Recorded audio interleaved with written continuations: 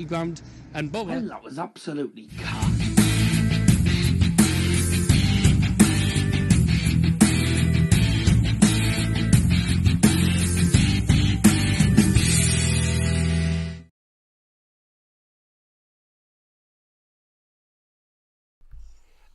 And a very good evening. Welcome along to Dan's Football Stand for tonight's EFL Trophy live watch along. It is Bradford taking on Wycombe. I'll just move the scoreboard a second. I haven't changed it from yesterday night.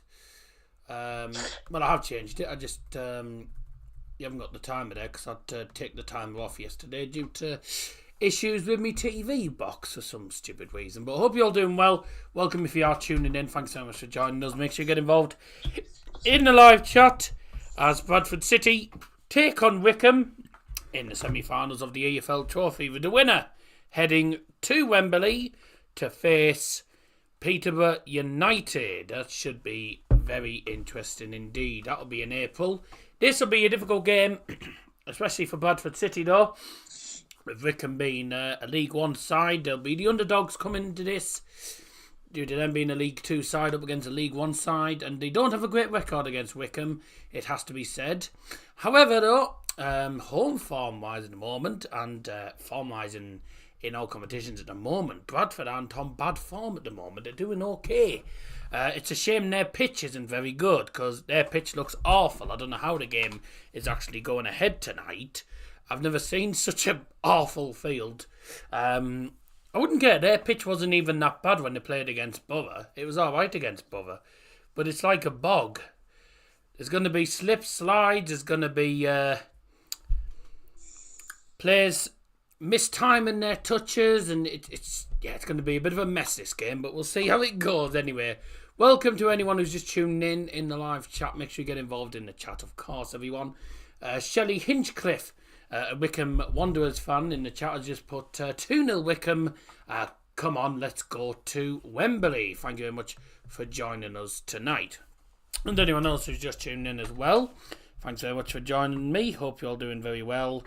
And hope you're looking forward to this game. It is, on paper, a decent game, a difficult game to call on paper as well. Who's going to come out on top tonight? Is it going to be the Bantams or the Chairboys? Well, we're going to find out. Kick-off coming at 8 o'clock this evening, live from Valley Parade.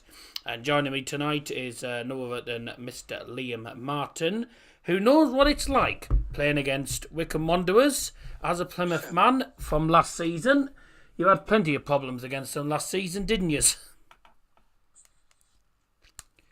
Did we play him last season? Yeah, of course you did. Yeah. You in League One. Yeah, we beat him away from home. And we didn't have any problems against him. We beat him twice. I could have sworn you struggled against him at home. Or was that the other season? Yeah, you've struggled against him in the past. Unless it wasn't last season. Or was it last? I don't know if it was last season. Anyway, we know how good Wycombe are. Wycombe are a good side. Yeah. Bradford are doing well at the moment. It's going to be a tough one to call, isn't it, tonight? It'd be nice to see Bradford win, to be honest with you.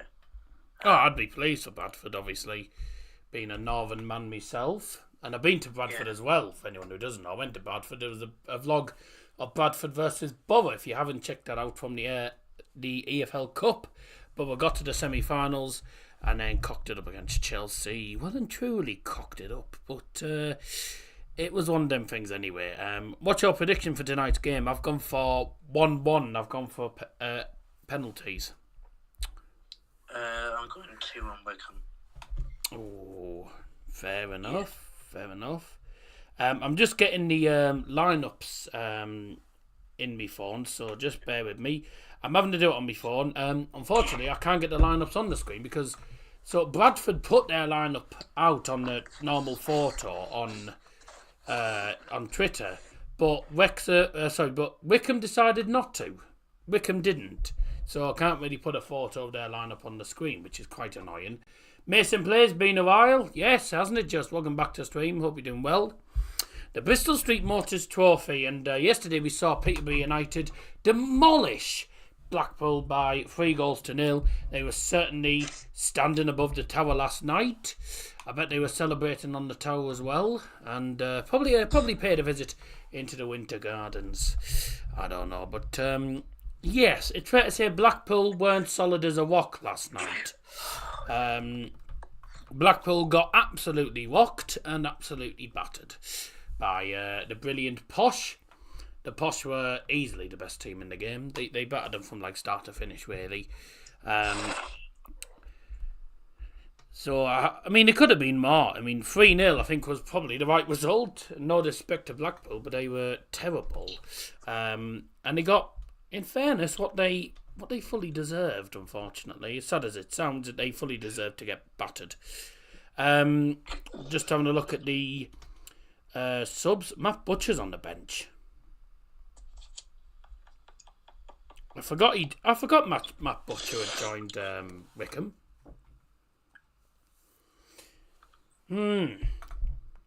Good play, Matt Butcher, isn't he?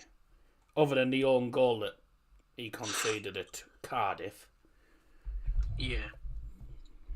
But I think it was. I don't know. I mean, you'll probably know better, obviously, because being an Argyle lad yourself. But I think it was probably a wise move for Matt Butcher to go down to League One, because it didn't seem like he was getting enough game time. No. And another player who I know you couldn't stand, Nigel Lonvike. Yeah, I wasn't a massive fan of him. Also in the team. Was it you or was it Harvey who just couldn't stand him? I can't remember. Two former Plymouth lads in there. Richard Corney. I'm just writing down the lineups and then I'll go through them in full for you all. Get involved in the live chat. Make sure you get involved and put your predictions in the chat, of course, as well. Make sure you drop a like on the stream. That'll be marvellous. And if you are just tuning in, welcome to the stream. I'm Dowell Johnson. Great to have your company today. And hope you all enjoyed the stream. And let's see how this game goes tonight. It is the semi-final stage of the EFL Trophy, or now known as the Bristol Street Motors Trophy. Well, I suppose it's a better name than the Papa John's Pizza Trophy, where the winners got a week's supply of pizza.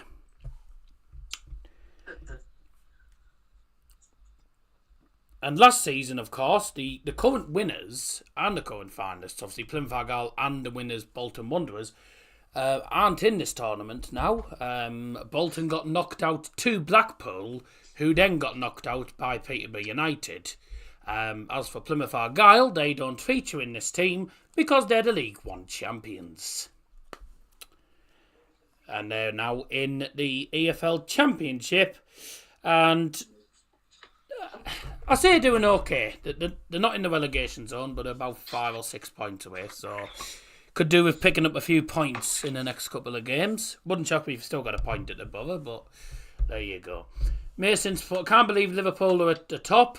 I can. They've been the best team all season. My prediction's 2-1 to Wycombe. Everyone gone for a Wycombe win? Yeah, I've stuck my neck out and I've gone for one. I've gone for 1-1 tonight, and I am actually going to go. I'm going to go for Bradford to nick it on penalties tonight, which will surprise a few people, but I'm going to go for Bradford to nick it on penalties, but I reckon Bradford won't. I don't think Bradford will win it in the actual 90 minutes. Hello, Mr. Daz. My prediction's 2-0 to Bradford. That's from Xi Jinping, which it isn't actually him, but I don't actually know who the person is behind that account, but either way, welcome to the stream anyway. I just call him Xi because that's what the name is on there. I just go by the account name. Unless it's a rude name, then no chance. Hello, Mr. Johnson. 2-1 Wycombe from. I'm gonna try and do it like my dad does. Scotty! No, I can't do it like him. Scotty B. Oh, yes, get in.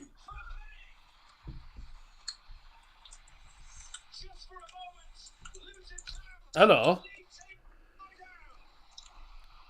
Liverpool 0, Luton Town 1. And it is Chidozie Ogbene. He had a great game against United. Luton are leading at Liverpool. How sad. Oh, what a pity. I'm not gutted at all. Anyways, I hope Liverpool get whopped. That's all I'm going to say. Yeah, I'm just watching the Liverpool game at the minute, boss. Unlucky. Well, I suppose someone has to. In the games today, don't forget I'll be keeping you up to date with the Liverpool-Luton game after kick-off, obviously. But other games taking place tonight, 8 o'clock kick-offs, Porto against Arsenal, Napoli-Barcelona in the Champions League. In the Europa Conference League, Maccabi Haifa have just knocked out KA Ghent in the Europa Conference League. So they're actually through to the round of 16 draw, whenever that is. And any other games taking place tonight? Premier League Under-18, Man City leading Newcastle. Chelsea playing Millwall in the Under-18 FA Youth Cup.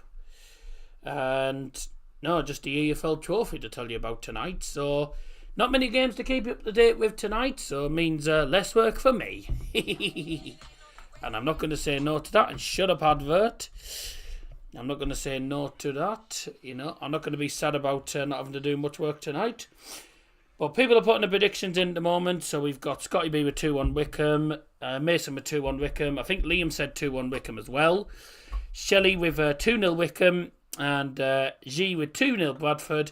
And I've gone for 1-1 with Bradford to nick it on penalties. They don't have a great record against Wycombe, Bradford. I don't think they've won I don't think they've won any of the last 5 or 6 against them, actually, home or away. So it's going to be a difficult one for Bradford. I don't think the pitch conditions are going to help. I don't know how the game is still going ahead because the pitch conditions are absolutely awful. I'm going to go through the lineups. I've had to write the lineups down on my phone because for some stupid reason Wycombe decided not to share their lineup. They just put it. They didn't put a photo of the lineup or anything, so I can't really put it on here. So that's annoying. So we're going to have a look at the 2 starting lineups anyway. Let's see how this goes tonight. So let's have a look at the starting teams, the teams in full. And they're going to be brought to you, of course, by Dowell Johnson. Okay. So, here we go. Time for the 2 teams, ladies and gentlemen. And we'll start off, of course, with Wycombe. Starting lineup for Wycombe Wanderers this evening. In goal, number 1, Maximilian Stryek. Number 2, Jack Grimmer. Number 4, Josh Scowen. Number 6, Ryan Tafasoli. Number 7, David Wheeler. Number 9, Sam Vokes. Number 10, Luke Leahy. Number 12, Gareth McCleary. Number 17, Joe Law. Number 19, Freddie Potts. And number 20, Dale Taylor. And the subs for the Chairboys tonight: goalkeeper Franco Ravazzoli, Matt Butcher, Joe Jacobson, Nigel Lonvike, Richard Corney, Jason McCarthy, and Kane Vincent Young. And now the starting lineup for the Bantams: Bradford City. In goal for the Bantams is number 13, Colin Doyle. Number 2, Bradley Halliday. The captain, number 6, ex-Middlesbrough, Richard Smallwood. Number 8, ex-Middlesbrough, Callum Kavanagh. Number 11, Alex Gilead. Number 12, Clark Odua. Number 14, Tyler Smith. Number 15, ex-Borough, Sam Stubbs. Number 25, Kevin MacDonald. And number 31, Jonathan Tompkinson. And the subs for the Bantams today: goalkeeper Zach Haddy, Liam Rydhall, Harry Chapman, ex-Middlesbrough, Bobby Poynton, Matt Derbyshire, Noah Wadsworth, and another former Plymouth Argyle man, Tyreek Wright. And those are the 2 teams. There you go, brought to you by Dowell Johnson. And I can't get rid of them yet. Sam Vokes starting off for the Chairboys. And also a few players from Middlesbrough to look out for. We see Sam Stubbs, who starts. Richard Smallwood, the captain, the skipper for Bradford City. He's a former Middlesbrough man as well. Started his career at Middlesbrough. Callum Kavanagh. Also a Middlesbrough youngster. former Middlesbrough youngster. Harry Chapman on the bench, also former Middlesbrough youngster. Few players for Liam to watch out for tonight if they get on, of course. Ex-Plymouth ones. Tyreek Wright, if he gets on the field. But also Matt Butcher, Nigel Lundvik as well, all in there. But a few other players to watch out for tonight that aren't ex-Borough, ex-Plymouth, whatever. A few players to watch out for. Tyler Smith, well known for getting goals. San Vokes as well, what a great player he is. Luke Lee's been superb for Wycombe. But also on the field, Kevin McDonald as well. And Cal Kavanagh is a very, very good player, very good youngster for the Borough. So we'll see what happens here. Surprised to see you doing this game with the Champions League ones that are won. Yeah, but I don't. The thing with streaming the Champions League, mate, is every single person on YouTube streams the Champions League. And to be honest with you, I'd rather watch the EFL than the Champions League. Unless, of course, it's Bayern. Unless Bayern are involved, then, you know, it's different. But it's only Arsenal tonight. Everyone's going to be watching the Arsenal game anyway. So, there you go. Yeah, that's why I'm doing it. It's nice to do different games. Nice to do some different neutral games as well. And obviously it's a cup semi-final, so you know why not? How's the famous dog? Is he sleeping next to you? No, I to be honest with you, I haven't seen the dog. I haven't seen the dog in ages because it's not our dog. It's someone else's. All I know is it's with its owner, and it's been with him for a long time. I think the last time we had a Mia was August. We haven't had a Mia since August. So, yeah. I don't know why I call him the famous dog, but there you go. 1-0 Luton. Hey. Good.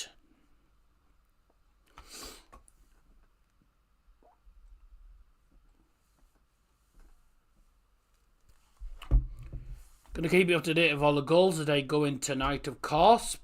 But obviously the main game we're featuring tonight, Bradford against Wycombe on, I've got to say, one of the worst football pitches I've seen in the EFL. Because I looked at the field on Twitter and on the actual telly, and my God, that pitch looks awful. So it's going to be interesting to see how this goes. There's going to be I think there's going to be a few players slipping and sliding. There's going to be a few errors, which makes it very interesting for the neutrals, because if there's slips and slides from the defenders, it means, majority of the time, more goals to enjoy. So this will be a very interesting game, and hopefully a very entertaining game that's full of goals. But I've gone for 1-1, and if it does end as a draw, by the way, we are going to go straight to penalties tonight, of course, because it's straight to penalties in the Bristol Street Motors Trophy. Unless, of course, it's in the final. Me and Tom, we sorted it out on Discord, Scotty. So, this is a different Tom, by the way, not the one that's in the live chat. So, no, we sorted it out. It was, yeah, he was saying it as a joke, but he didn't realise that talking about money and stuff is actually not a good thing, because it actually annoys me. Yeah, I think he misunderstood. He misunderstood how I took it. To be honest, I did sort of take it the wrong way. Oh my God! Someone's come with a chicken head. I bet the crowd's not even good tonight. It won't be a great crowd. I don't think there'll be a lot of Wycombe fans, you know, because it is a fair old journey. It's a fair old journey to Bradford from Wycombe. I don't know exactly how far it is. It is a fair journey, though. So it's 6 hours from here to Buckinghamshire. So, well, this is when we're in the car. So you're in about Buckinghamshire, because that's where Wycombe is. Wycombe is Buckinghamshire.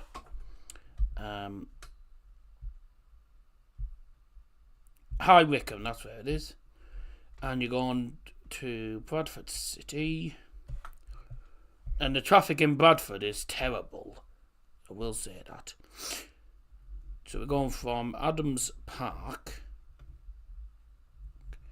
in High Wycombe to the Bradford City Stadium, or the University of Bradford Stadium. 3.5 hours. And then obviously if you include tea time traffic and all that jazz, and then stopping as well, It's at least 4 hours at least. So, yeah. It's a fair long journey. Bit of a long journey, but see how it goes. So, Peterborough United are awaiting the winner of this game. And then the final takes place at the start of April, actually. I thought it had been in March, the start of April for the final. So the winner of this plays Peterborough in the final of the Bristol Street Motors Trophy, which is currently in the hands of Bolton Wanderers, which won't be at the end of this season. They got knocked out by Blackpool. And the odds-wise, by the way, Wycombe are favourites. But Peterborough will now be the favourites for the final. It was Blackpool, Peterborough, then Wycombe, then Bradford. Bradford are the big underdogs in this tournament. So if they can go on and win it, then my word, it would be pretty superb. But they're going to face a tough task. It's a League 2 club taking on a pretty decent League 1 side. So it's going to be hard. So it should be some goals. We'll see how this game goes. In the final at Wembley, second semi-final of the week in the Bristol Street Motors. Joby McInerney and Conor Horan alongside me. This Connor's play. Let's see how this game goes. Is each and every time magical? Is this what these fans are aiming for, Connor? Yeah, they're magical when you win. Had a few losses there as well. So yeah, look, they're amazing days out, of course. Let's see how this game goes tonight. Of course, Bradford will be in their usual claret and yellow, I think it is. I just say yellow and brown. But their usual colours. It's not even going to be a full stadium, this, is it? It's not going to be a full crowd. A sign of a broader problem for them to try and deal with. Yeah, I think so. They've tried to make some adjustments for that. He's gone to a back four. It's not going to be a full stadium, this, is it? Dear me.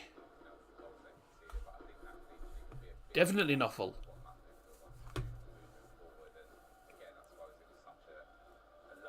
Are you there, Liam?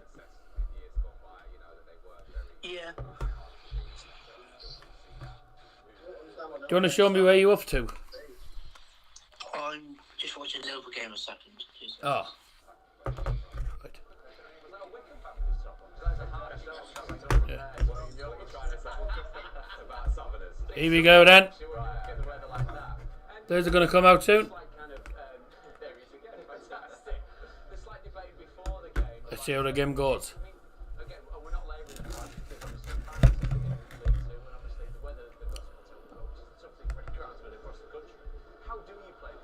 I belong to the valley, see the city, take me home, Midland Ward. I heard this song. I've heard this song twice at Bradford City's ground, and ever since it's a song that's just stuck in my head. It's such a great anthem. That's why I was singing along to it, because I absolutely love their anthem. Take Me On Midland Ward's a great song. Kavanagh playing. Yeah, he is.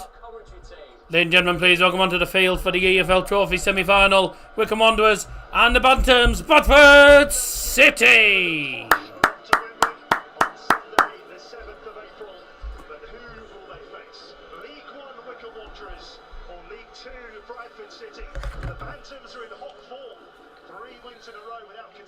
They've only got the bottom tier open by the looks of it.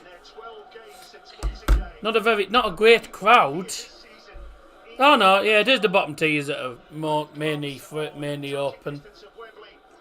Yeah, a bit like when we played them in pre-season, just the lower tiers open. So the teams lined up in front of the just in front of the Morrison's family stand, as it's called. And let's see how today's game goes then. Let's have a look at the two starting 11s. It's Bradford City versus Wycombe Wanderers. Starting lineups with Darryl Johnson. Tonight's starting 11s. Starting with Wycombe Wanderers. In goal is number 1, Maximilian Stryek. Number 2, Jack Grimmer. Number 4, Josh Scowen. Number 6, Ryan Tafasoli. Number 7, David Wheeler. Number 9, Sam Vauxhall. Number 10, Luke Lee. Number 12, Gareth McCleary. Number 17, Joe Law. Number 19, Freddie Potts. And number 20, Dale Taylor. And the starting lineup tonight for the Bantams. Bradford City's lineup in goal is number 13, Colin Doyle. Number 2, Bradley Halliday. The captain, number 6, Richie Smallwood. Number 8, Callum Kavanagh. Number 11, Alex Gilliard. Number 12, Clark Odur. Number 14, Tyler Smith. Number 15, Sam Stubbs. Number 25, Kevin MacDonald. And number 31, Jonathan Tompkinson. Darrell Johnson there with the starting lineup for you all there. Right, let's carry on. Time to get the game underway. Best luck to both teams. Obviously, as a Northerner, I think most Northern fans will be wanting the Borough players and also Bradford to do well, because there's a lot of Borough players in the Bradford team. Callum Kavanagh in the team, of course. Sam Stubbs, another youngster. Richard Smallwood started his professional career with Middlesbrough. He's the captain now for Bradford City. Also on the bench tonight as well, Harry Chapman is a youngster. They're bringing the ball on the remote control Bradford City car. I've seen it all now. Probably because it's the Bristol Street Motors. That's brilliant. Remote control car brings on the match ball. Brilliant, that. I've seen it all.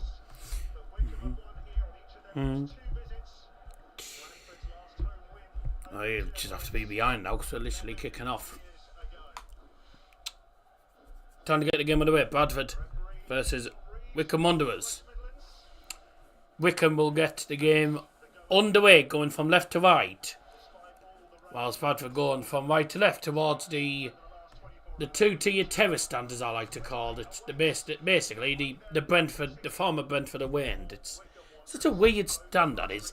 Good stadium, North Valley Parade. I quite like it. It's very unique. Very unique, and it's also I will say it's quite a steep. There's quite a steep hill going down from the main stand down to the actual away stand. It's pretty steep. Not a full stadium, no. But I'm sure the Bradford fans will be up for it tonight. It's going to be a hard game for these two teams, you know, on this surface. The surface looks awful. It looks like a Sunday League pitch, this does, you know, and this is a League 2. This is a League 2 one. How good is Sonny Finch? Mate, Sonny Finch is brilliant. I'm just hoping that... Hello? We're not ready, Bradford. Oh, and the keeper just about gets it in the end. It was a shot, I think it was a shot from Tyler Smith in the end. Let's have a look here. And they win the ball back in their own half here, Bradford, after a bit of a confusion. And then it's a long ball straight into the attacking third. Tyler Smith takes his time. Just goes low. He should have just whacked. He should have just wellied it, to be honest. He tried to go low and it went straight to the goalkeeper. Sonny Finch is doing really, really well. I just hope that I hope we see him in the first team sooner or later. He can't do much worse than some of the attackers. So, you know. But, yeah, we never seem to give a lot of the under 23 players a go, really. Or the under 18 Sonny Finch. But Sonny Finch is a really good player, so I'd like to see him play. I wouldn't be surprised if he ended up moving to Bradford, because Bradford are literally basically B-Tech Borough at the minute. Literally, it's all Borough players at the minute. Maybe Richard Smallwood, Cal Cav, Sam Stubbs, Harry Chapman. How many more did I want? You know.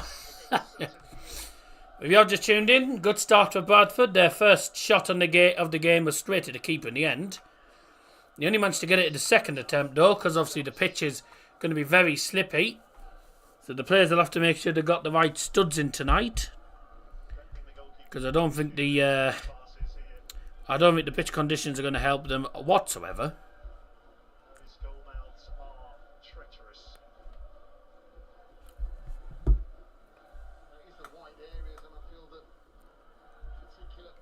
A few people in the stream, 7 likes so far. It's not a bad start. Thank you very much indeed. Wycombe with a 4 here on the right hand side. It's going to be Grimmer, Jack Grimmer, with the 4 in for the Chairboys. It's a long 4 in towards the penalty area. It's headed away by the Bantams. Oh, that could be... Oh, I tell you what, it was almost a mistake. Callum Kavanagh was chasing him down there. He almost got to that. In the end, the keeper got it, and then the keeper got onto the ball from the pass and cleared it down the field. Wycombe trying to play towards the penalty area now. That's cleared away. Kevin MacDonald playing it forward. Tyler Smith, the striker's playing a bit of a deep role. He's in his own half a lot at the minute. Tyler Smith's in his own half quite a lot, so he's playing very deep. Flag stays down. Wycombe. Oh dear, that's a foul. That'll be maybe the first yellow card of the game.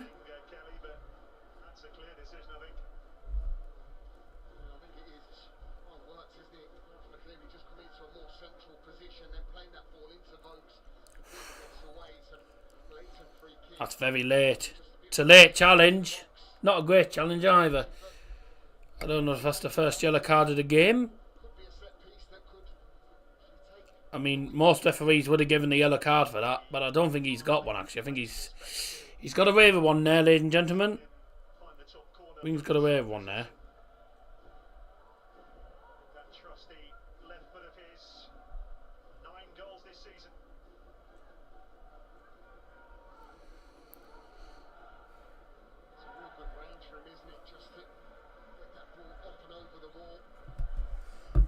Good opportunity here. Good opportunity for Wycombe from this free kick. It's literally just the right hand side of the D, this.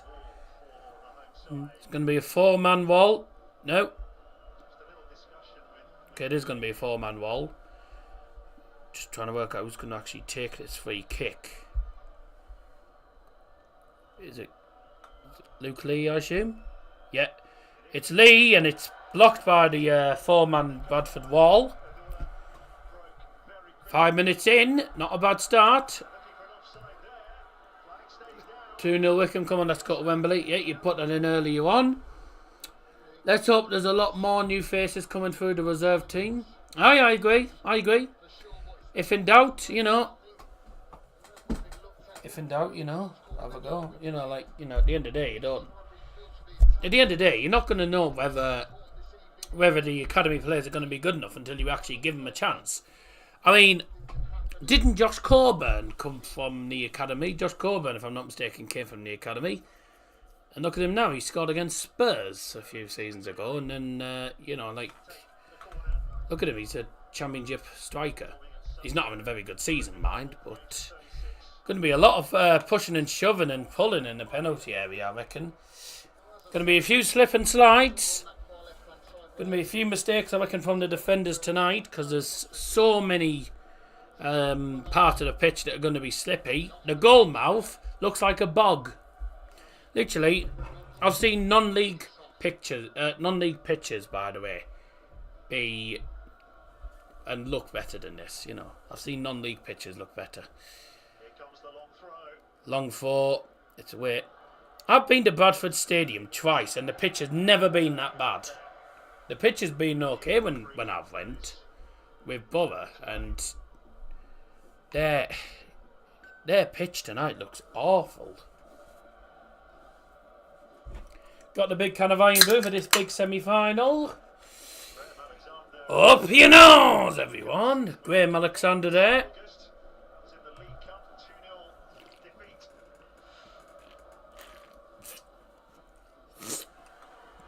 Is he in the dugout or is he in the stand? McCleary and Wheeler gonna score.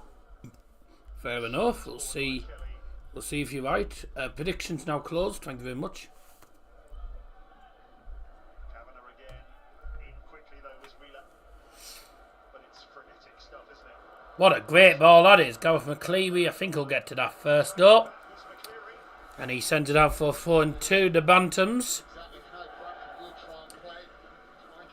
Nearly 8 minutes into this semi-final. The Bantams 0, Chairboys 0, Bradford 0, Wycombe 0.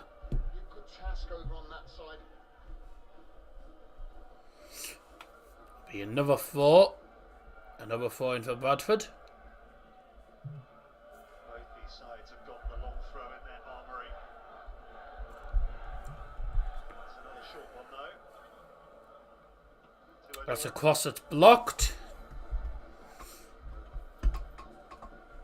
But I think that was Luke Lee, you know, a bit of block. It was either him or Gareth McCleary. Change information from 5-3-2 to a back four's really coincided with an upturn in form. Let's see how this game goes then.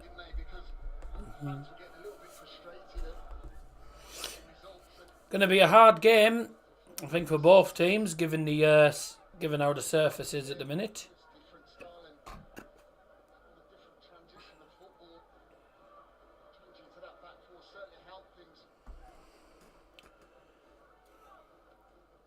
It's a long cross. It's gone towards the penalty area. It is blocked. And that will be a corner for Bradford City. Their first corner of the game. It's on the right hand side, just in front of the tunnel, which is in the corner. And in front of the two-tier terrace stand is what I like to call it. I don't know what the actual stand's called.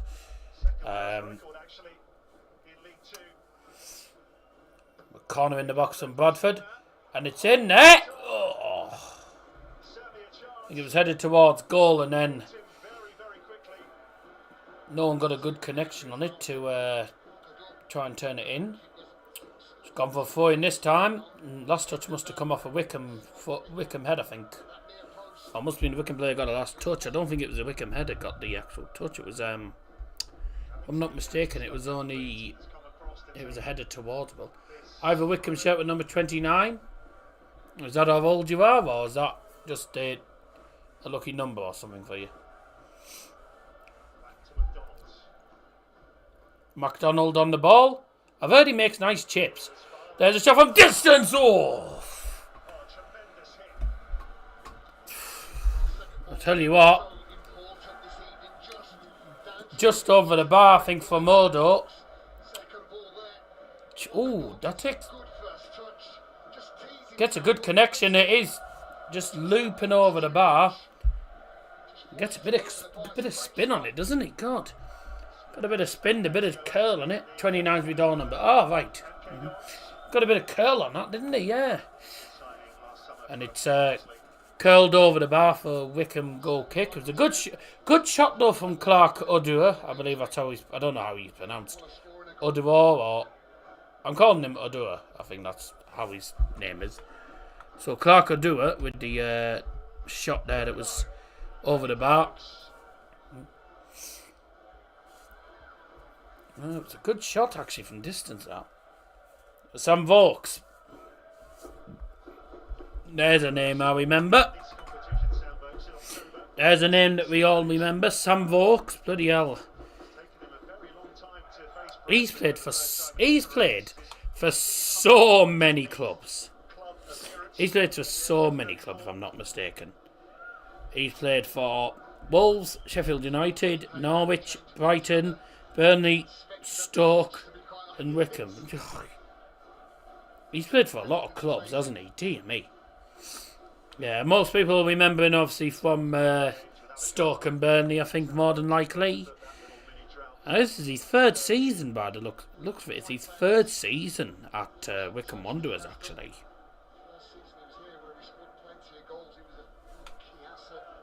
When you realise 29 is Jada Bar for Wycombe. Jada Bar? Jada Bar? Who? I've got no idea what you're on about, actually.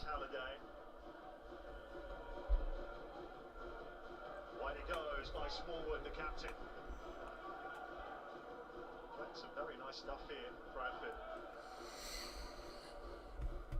I don't know what you're on about. Went down Halliday, but it's just a goal kick. They're still trying to play football, aren't they? That's the key thing. He's being brave on this pitch. He really is. It's confusing.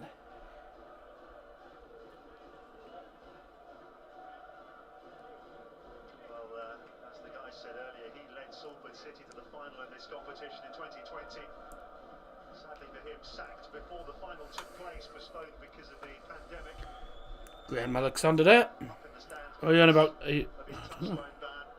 Picked up his third yellow card in the quarter-final against Doncaster last month.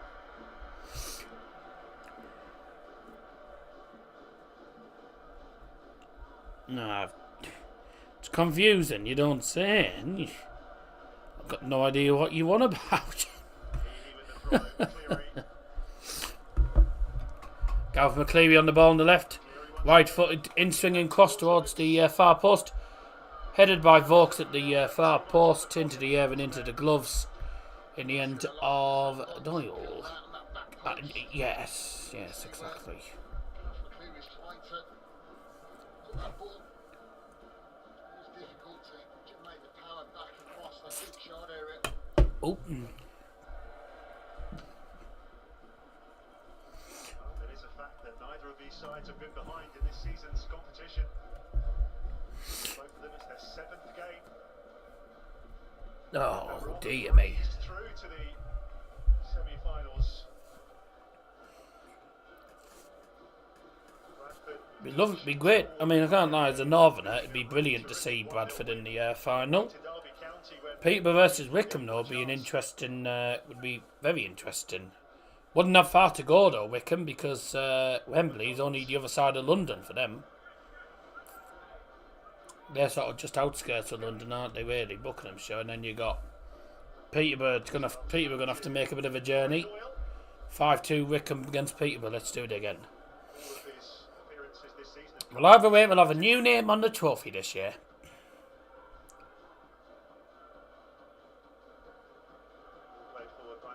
That's a foul.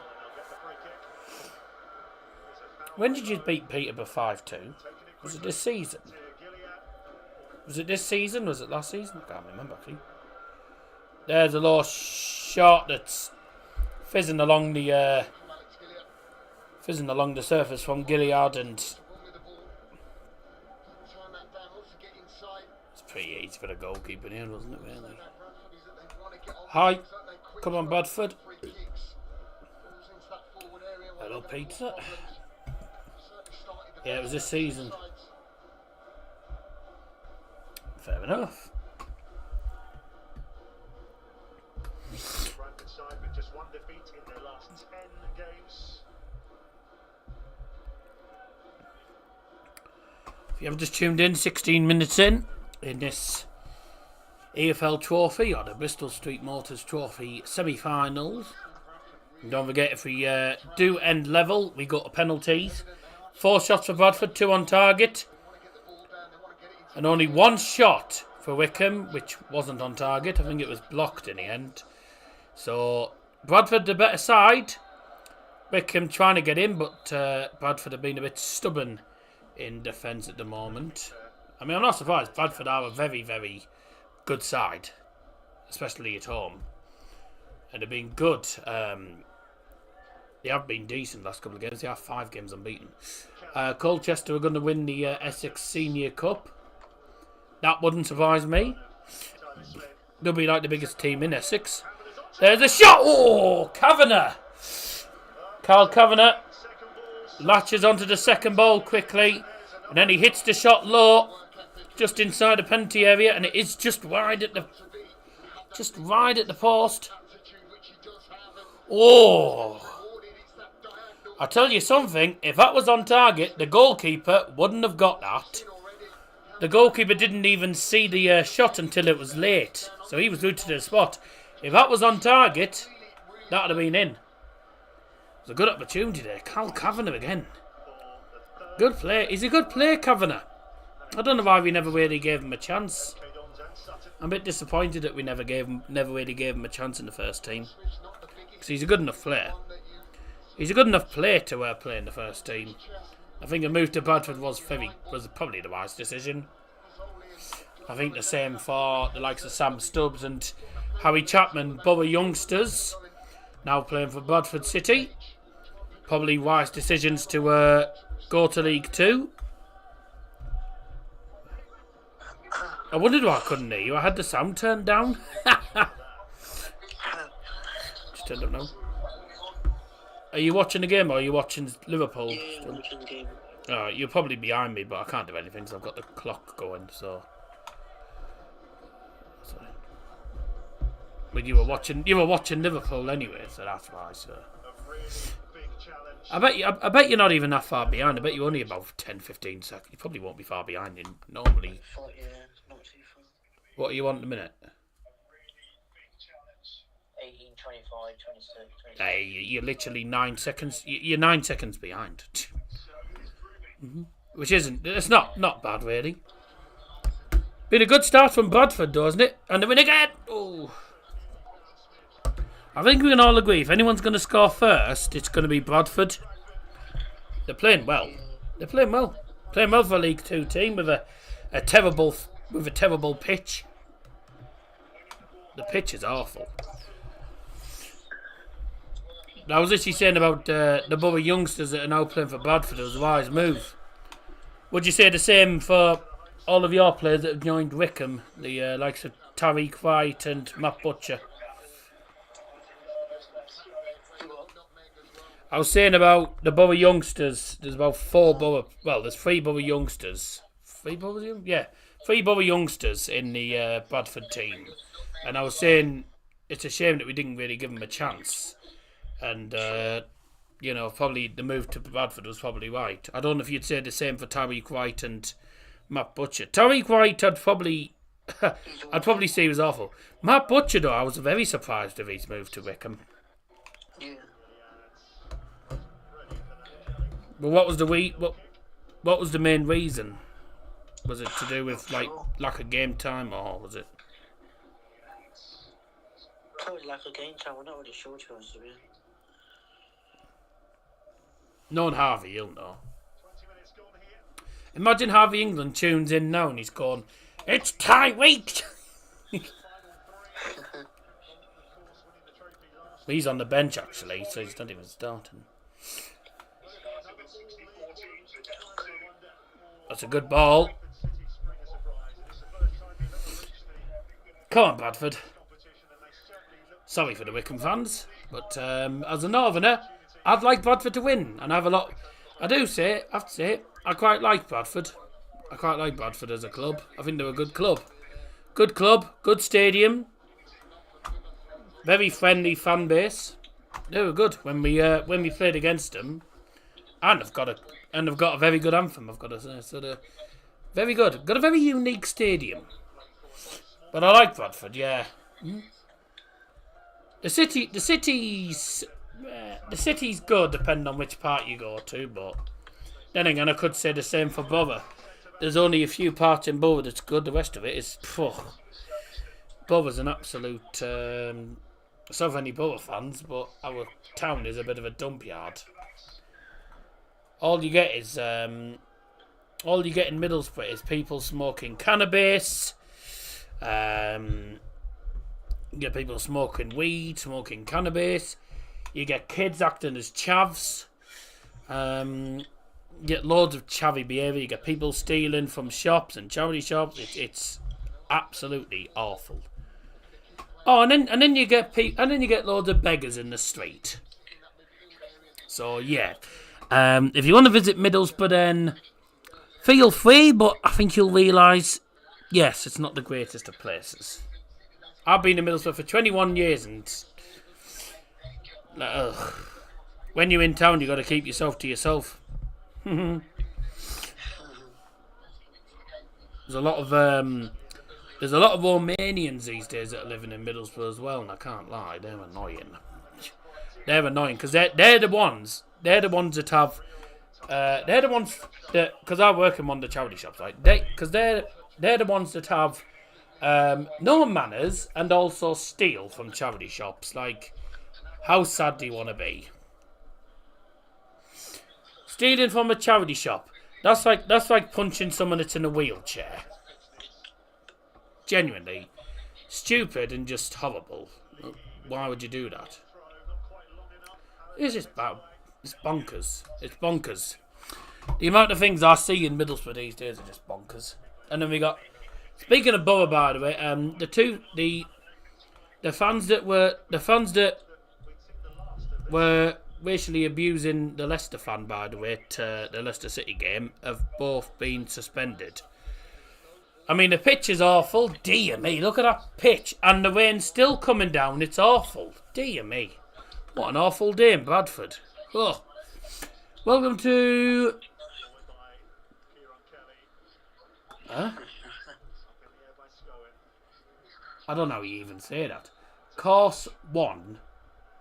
Nater. Hmm?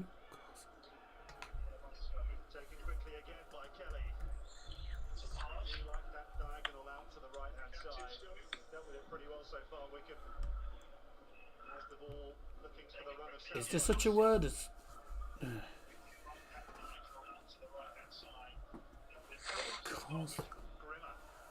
Okay. I assume it stands for... I assume I assume the actual name is Corsinator or something like that.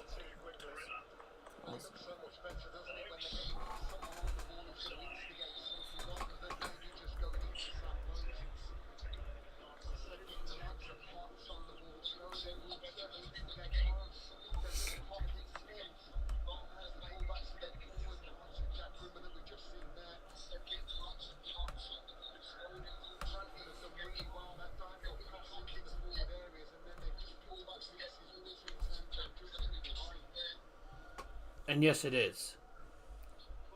I don't even know what that means.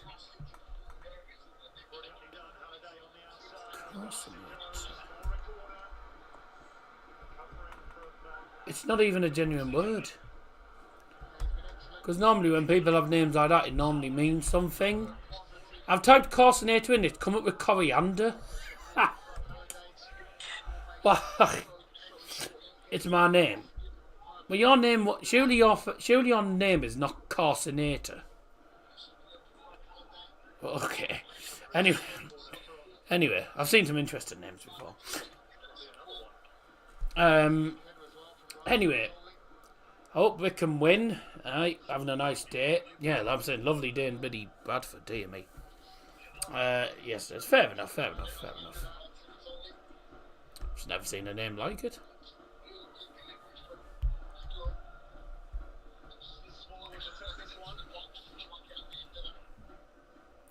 Corner for Bradford City then. In the penalty area. And it's absolutely cack. Can they get back in? Smallwood. Odua. See you later. That's corner. That's out. How's the ref not seen it? That's gone out.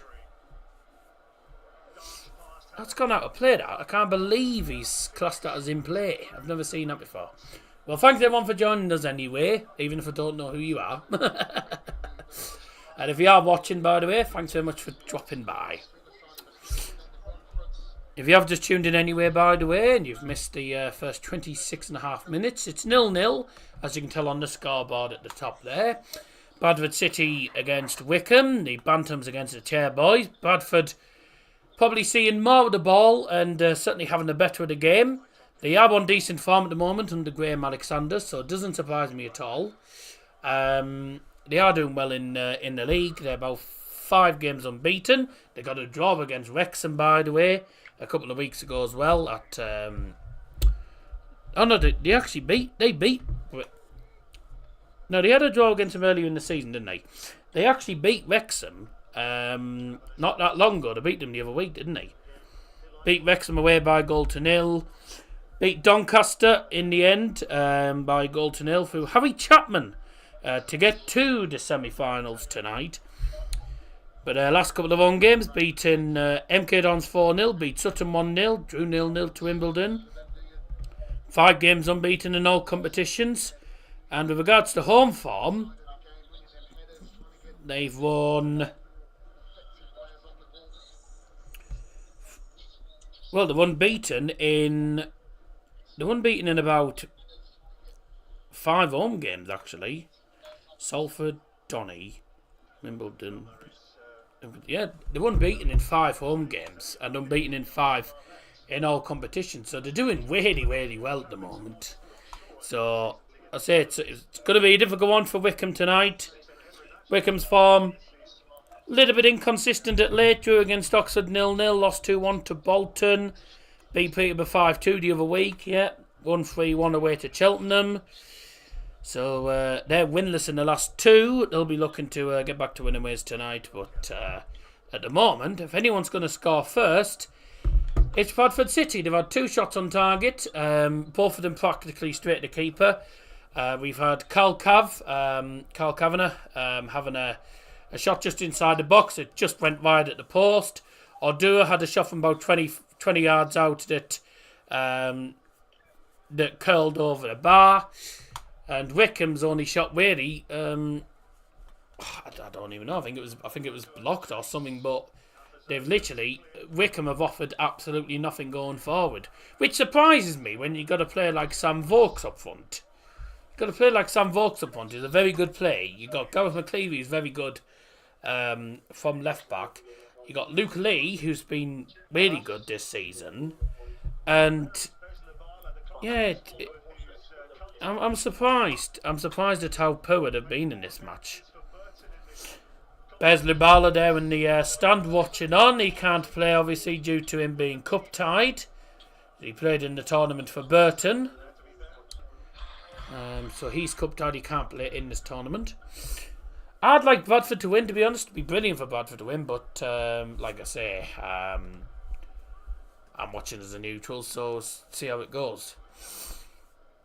It's a long ball forward for Bradford, and it's headed away, and back in the possession of Wycombe Wanderers. And the ball stopped and stayed in play. I'm surprised this game's still on, given how bad the pitch conditions are tonight. It's going to be a difficult 60 minutes, I reckon, for these players. If it ends as a draw, ladies and gentlemen, we will go to a penalty shootout. Because I don't think there's extra time in the semis. There is in the final, but there's no extra time in the semi-finals. Oh, here's Kavanagh. Plays it forward. Here's Clark O'Doe. Pulled back. Back to him again. Going back into the defensive half. Bradford having to be a little bit patient at the moment. Wycombe happy to let them have the ball in their own half. Looks like they're playing a bit of a low block, though, aren't they? Because literally they're putting them under pressure as soon as they get to the final third. They're happy for Bradford to have the ball, but as soon as they get to the final third, it's straight onto them. Kavanagh lays it off. There's a shot that's blocked in the end, and that's going to go out for throwing. It goes straight to pens. Yeah, I thought so. Because I know the final goes to extra time, but yeah, if I remember rightly, then it still goes to penalties in the semi-finals. I did stream last season's semi-final between Plymouth and Cheltenham, and that went straight to penalties, and Plymouth came through winners in the penalty shootout and got whopped by Bolton in the final. Dear me. Oh God. Yeah. I mean, if you're from a Plymouth, if you're watching as a Plymouth perspective, painful viewing. I know my mate was at the game. He was at the game, and yeah, very painful viewing it, wasn't it? But that's in the past now. They're in the Championship, so they won't be in this competition now unless they go down to League One. Smallwood tries to play it forward. It did take a touch off a Wycombe player. But Bradford City regaining possession again. It's all Bradford in this game. They're playing well. Smallwood. And they work it down to the left-hand side.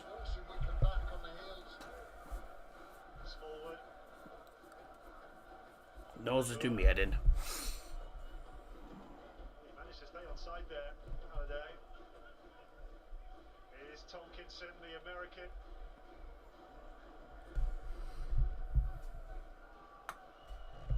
They saw an opportunity to nick it there, Wycombe. Towards the foul. Good work from Dale Taylor. I don't believe it. I bought the teams. I bought both teams on my. I'd like Bradford to win it. I would like it. I would love for Bradford to win it. Don't think they will though. For God's sake, I thought I'd vote all the players down, and turns out I vote 10 players for Bradford, and I've missed one of the players.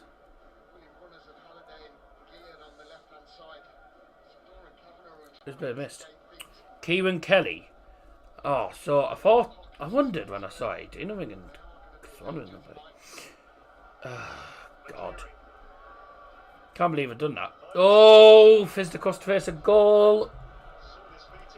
Kieran Kelly. How did I forget to write his name?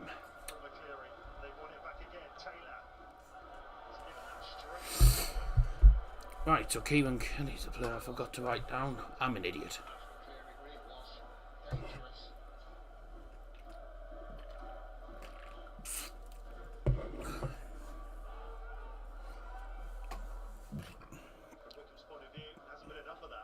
He's offside anyway.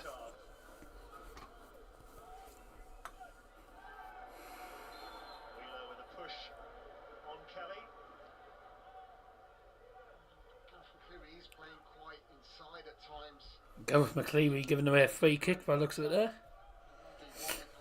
Well, this was his chance. He played in the penalty area and there was no one there to really. There was no one there. Went past everyone. There was no one at the other side to put it back in.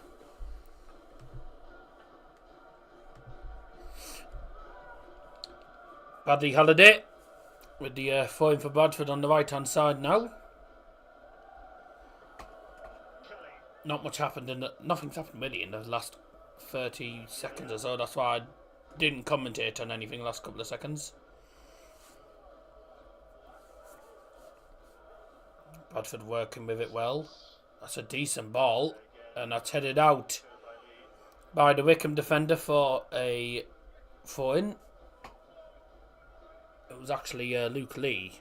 Just about managed to see his shirt name. It was Luke Lee with the defensive header. And here come Bradford. Smith to the right. Low cross. Deflected into the gloves of the Wycombe goalkeeper. Luke Lee is doing really well defensively. Luke Lee's doing well defensively and doing okay going forward. Luke Lee is meant to be the left mid, not the left back.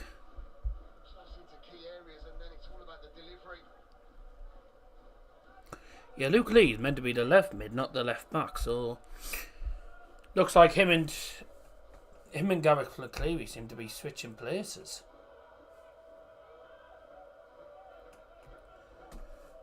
McCleary's playing left mid more,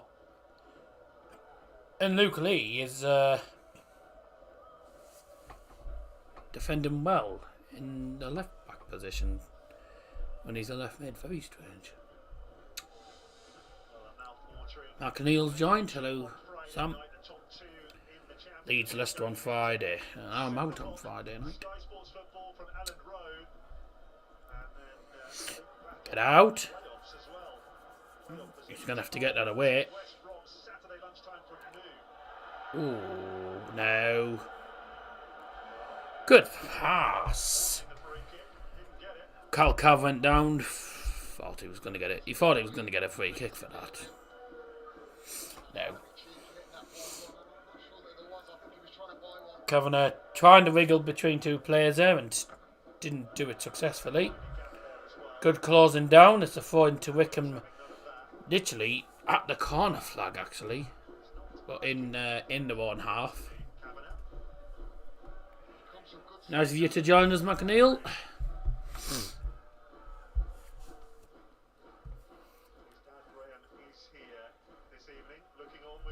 Graham Kavanagh's watching the game, is he?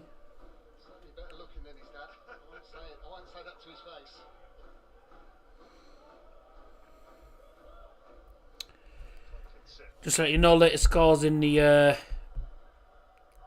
footy so far. Luton leading Liverpool by a goal to nil still, and they're now in the 52nd minute. They're in the second half. As for Champions League, no goals to tell you about. Porto, Arsenal at the moment. It's even Stevens in the way. Arsenal having more of the ball, but 3 shots to 2, so it's fairly even in the first half. In the Napoli-Barcelona game, that's also 0-0. Barcelona with 7 shots and Napoli not having a single opportunity. So it's been all Barcelona. Be a matter of time before they score. Don't forget, in the Europa Conference League, KA Ghent of Belgium got knocked out to the Israeli side, Maccabi Haifa, by 2-1 on aggregate today. So they will be taking their place. They were down to 10 men as well. They'll be taking their place in the next round, which will be the round of 16s. And I don't know when the draw's going to be for that. Ball in. Oh. Halliday tried to go for an overhead kick, but he just didn't get anything on it at all. It's back forward. And another defensive header. Sees the ball go out for another throw into Bradford City. Bradford dominant in this game. Absolutely dominant. They are all over Wycombe.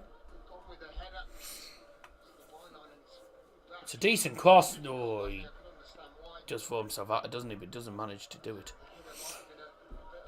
Bradford with the ball in. Odua, who's having a decent game actually. Kevin MacDonald to the right. And Brad Halliday. Plays into the centre. Is Odua. Oh, he's twisting and turning, trying to get the shot off, I think, but didn't manage it. It was good defending in the end. I thought that was a foul. I thought that was going to be a foul. Ref didn't give it. Here come Bradford again. Halliday crossed in. And lay off. Kevin MacDonald with a shot. Still with Bradford City at the minute. Final 5 minutes of the first half. Been a great first half for Bradford City. Just haven't found that. They just haven't found that goal yet. They still haven't found a goal. If anyone's going to score first, it will be Bradford. I'm saying it now. Is Odua. He's had a really good game, as I mentioned. They impressed me so far. The man from, I think he's from, I can't remember what flag it was. I can't remember what the flag was. Pretty sure it was one of the... Was it Gambia? Was it the Gambian flag or something it had on him? Let's have a look who's... No yellow card so far in the game, by the way. Kenya, sorry. It's Gambia. It was the Kenya flag, I beg your pardon, that he was... That's where he's from. Very muddy pitch. Was it like that when you went? No, very strange. I mean... Well, when I went there in pre-season, because I went pre-season and in the cup game. When we went in pre-season, yes, it was raining when we went in pre-season, but the pitch was okay. Hadn't been raining a lot. It must have, and then in the EFL Cup it was fine. So they must have had a lot of rain. They must have had a lot of rain for the pitch to be like that tonight. Because the pitch conditions are terrible. It literally, whoever wins tonight is in the final. Plays against Peterborough United, who won last night at Blackpool. So free kick's just been given to Wycombe Wanderers there. Graham Alexander sat there right at the top of the stand. He's got a great view and he's, I think he's touchline banned. I think that's why he's not on the touchline tonight.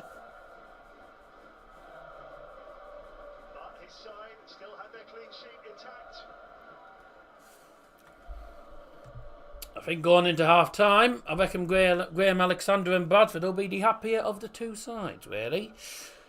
Wycombe struggling to really break down the Bradford defence. And then defensively, they're getting They're getting outplayed at the moment. It's on the corner at the top. Why do Bradford have their atmosphere in such a weird place? Yeah, I know it's weird. They haven't today though. Their atmosphere is like in the bottom tier, where they are behind the goal. Liverpool are level, and it's Virgil van Dijk. It's took them long enough. So Liverpool finally level. It's took them about 63 minutes to score against Luton. Embarrassing is what we'd call it. McCleary playing well. It's in there. Oh, cleared out for Wycombe corner. First good opportunity really for Wycombe Wanderers there. Gareth McCleary putting the cross in. Bradford City didn't deal with it well. Kept falling to them. And in the end just thumbed off for a corner. Well, Gareth McCleary's having a really good game, I reckon, for Wycombe. He's playing well. Doing well going forward.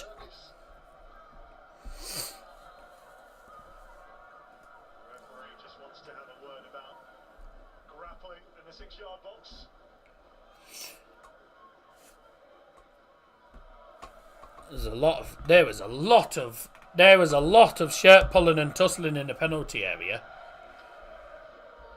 God, there's a lot of tugging in the penalty area at the minute. I'm gonna keep my eye on this. Yeah, the referee's not taking any notice. He's saying to both players, because Tafazoli and who is it? Is it Sam Stubbs? Sam Stubbs, I think it is. Yeah. Sam Stubbs and Ryan Tafazoli were all really grabbing onto each other and trying to pull each other down. It was like a wrestling match on mud. Very interesting, that. Liverpool have now taken the lead. 2 goals in 2 minutes. Oh no, it's 56 minutes. It just shows how bad Luton are. I mean, they have had 20 shots, Liverpool, to 5. Yeah. Shows how bad Luton are, yeah, but when it's United, they outplay us and somehow don't equalise against us. They'll have literally gone 1-0 up and then defended it. Oh dear, 8 shots to none in the second half. Van Dijk and Cody Hackpaw and McAllister with 2 assists. So, there you go. A man's gone down for Bradford City. And the referee has indicated there'll be a minimum of 1 minute of added time. Added time brought to you by Devil Johnson. 1 minute. Oh, hello. Hello. Yeah, You just okay? yep. I'll just wait till the half-time whistle's gone here. Half-time whistle should go in the moment. I did it late, never mind. Are you going to stay up to watch a Messi v Cooks? What, 1 in the morning? I'm not staying up till 1 in the morning. Concerned about the 2 that are playing in that 10 pocket that have been by far the best players on the pitch.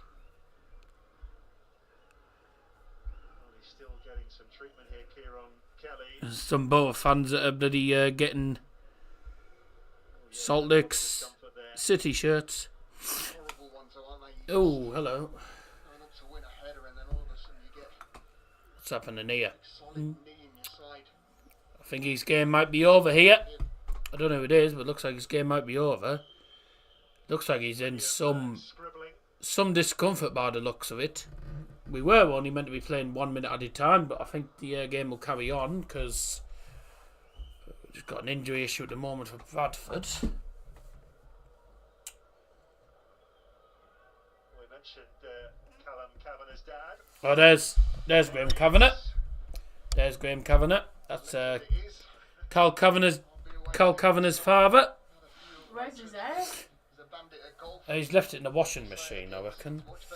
There you go. Matty Cooks will have now played against Messi and Ronaldo if he plays tonight. That's if he starts tonight. If he plays tonight, that is. Never know, see what happens. Right, are we... what are we doing? Brave move for him as well, to be quite honest. He wanted to get out and play football. You Go on, then. quite clear see that he's got bags of talent. The fact that he's come to a football club that's got Alright, every potential as well. Dropped down from Middlesbrough on the 1st of February deadline day.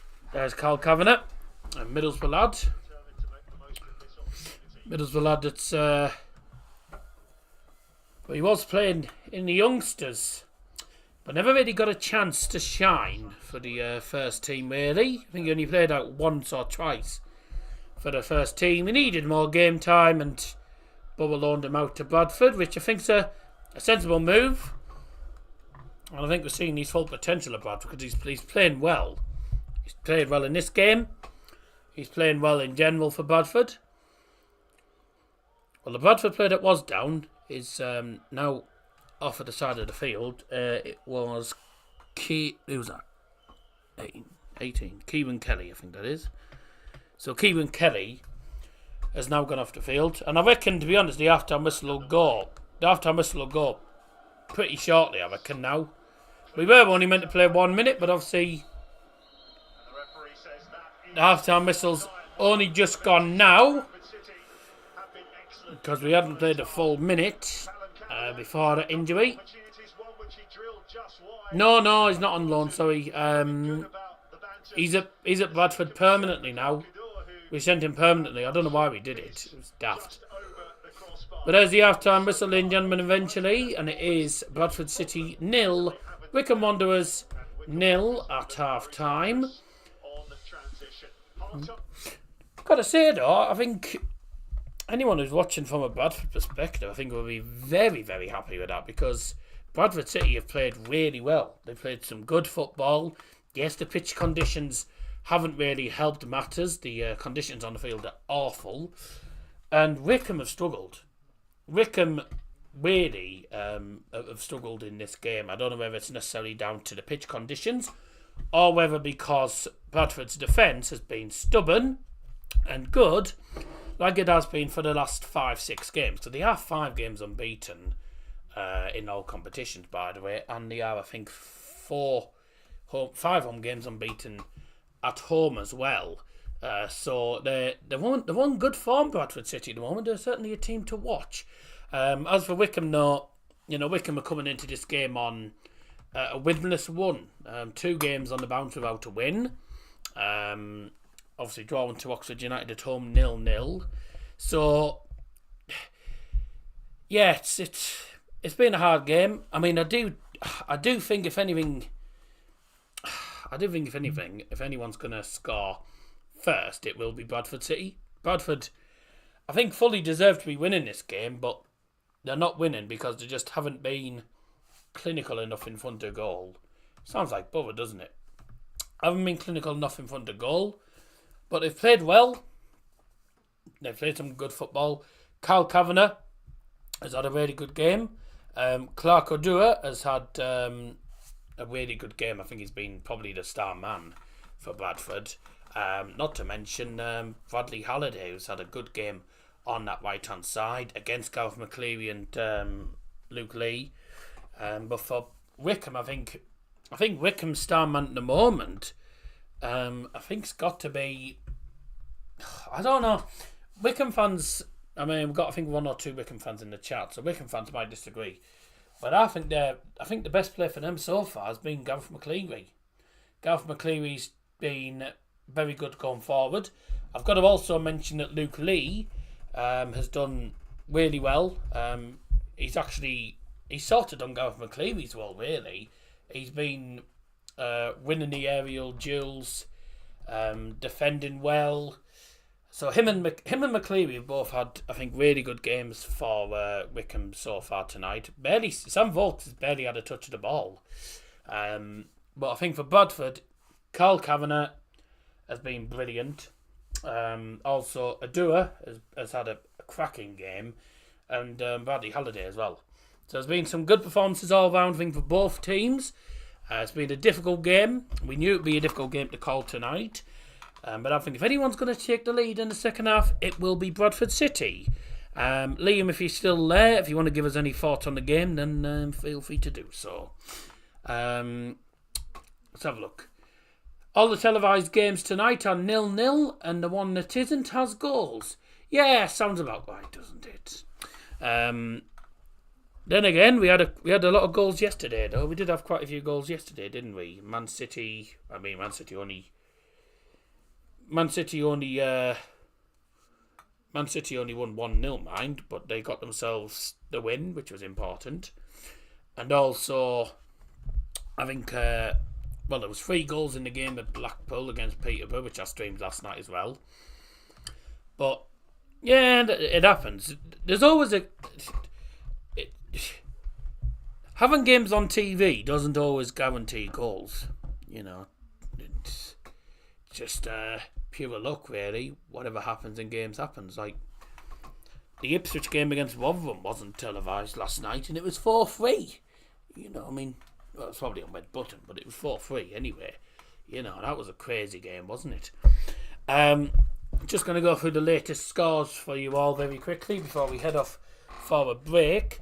Liverpool are 2-1 up against Luton. They've had 11 shots in the second half, and 61% of the ball in total. 23 shots in total, 9 on target. They were 1-0 down after 12 minutes, thanks to Chidozie Ogbene.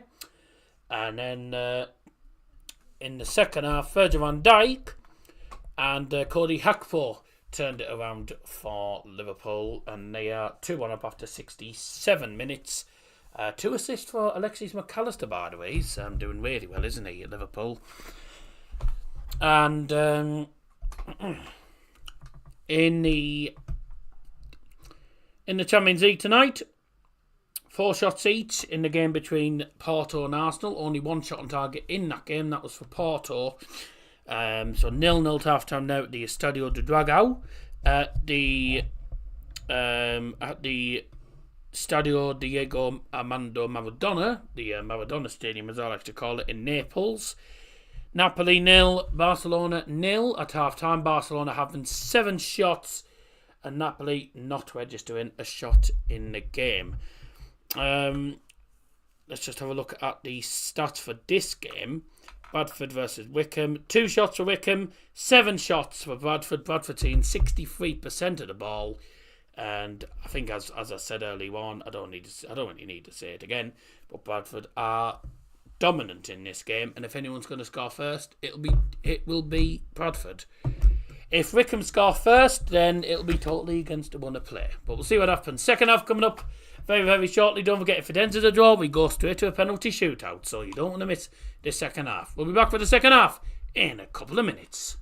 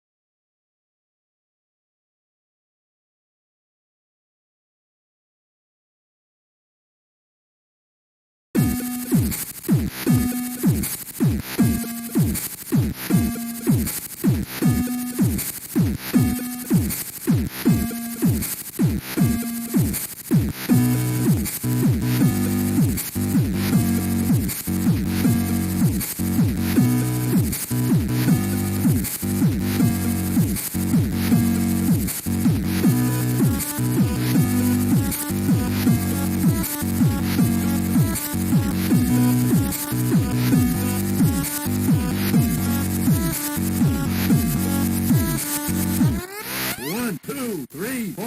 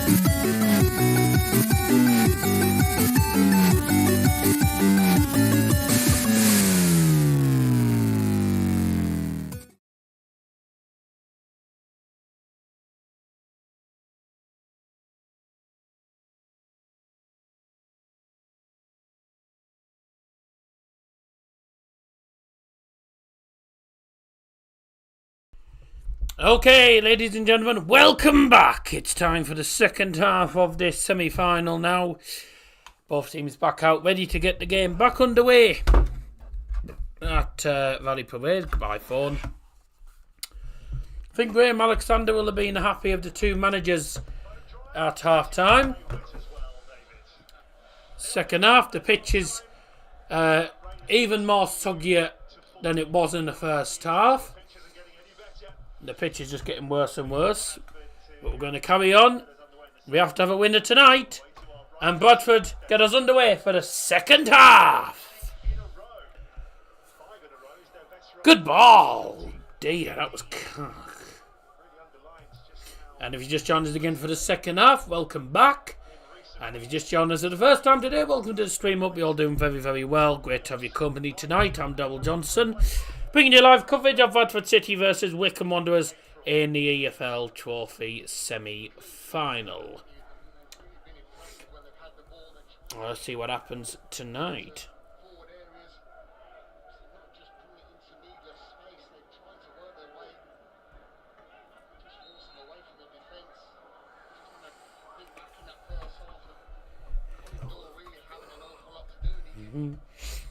We've had no...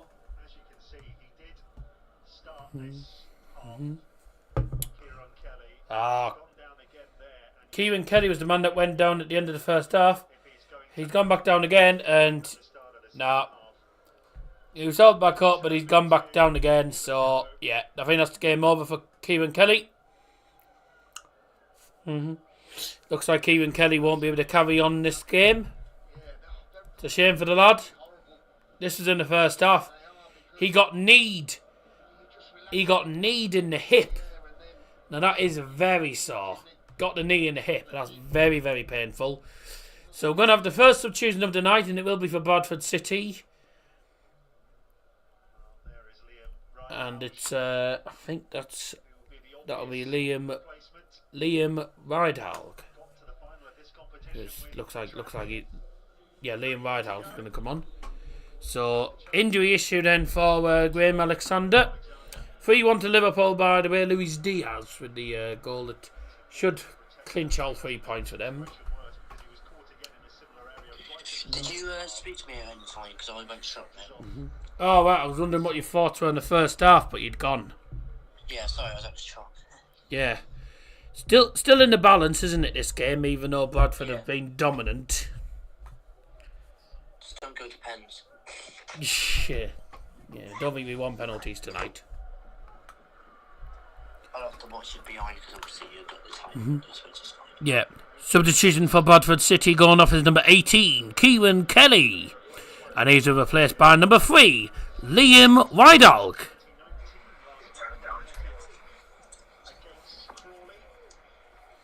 First substitution then, made by Bradford City. It's an enforced one. Kieran Kelly hadn't recovered from the the first half when he ended up getting when he ended up getting kneed in the hip. Bit of a painful one. Bradford City has been a tough ground for a lot of teams recently. 5 home games unbeaten, Bradford City are. Gav McCleary coming forward. There's a shot blocked. There's a shot from distance. Bye! And you'll see why I went by in a moment.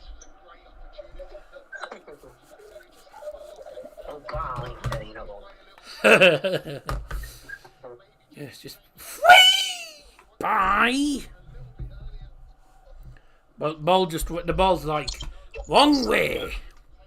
You answer to that, no. Eh? I wasn't talking to you, mate. Oh, right, sorry.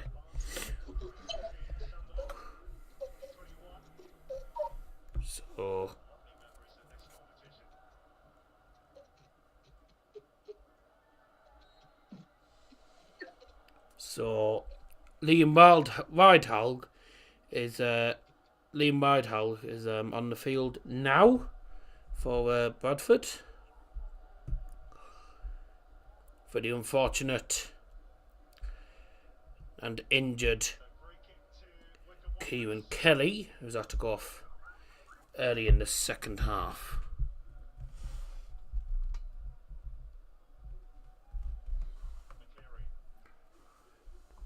Do you watch the George Friend podcast? He thinks Man U could finish third with luck on their side. No, I haven't. Well, I know George Friend well. He's a great lad. Was gutted when he left the Borough. He still loves Borough, even though he's at Birmingham. But no, I haven't seen it. United. So George Friend thinks United could finish third with luck on their side. I mean, it's still doable. But top 4 is still doable. But do I see United getting into the top 4? I don't know, because we have a good one and a bad one. Oh, that was a mistake, and it wasn't punished in the end. It was a great and quick save by the goalkeeper. It just fell. Who did it fall to? It fell to Tyler Smith, I think it did. It's Carl Cavan of a ball in, and the clearance hits another Wycombe player, falls straight to Tyler Smith, who couldn't capitalise, and it's in there. Still in there, they can't get it away. Wycombe, bye!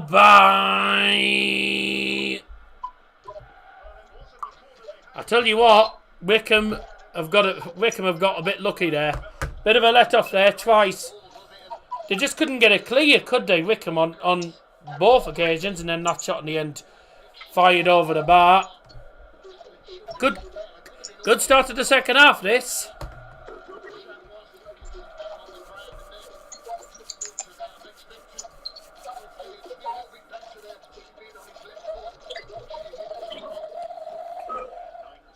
Come on, Bradford. Be brilliant. I'd love Bradford to go to the final. And they deserve it in this game. They've been a better side.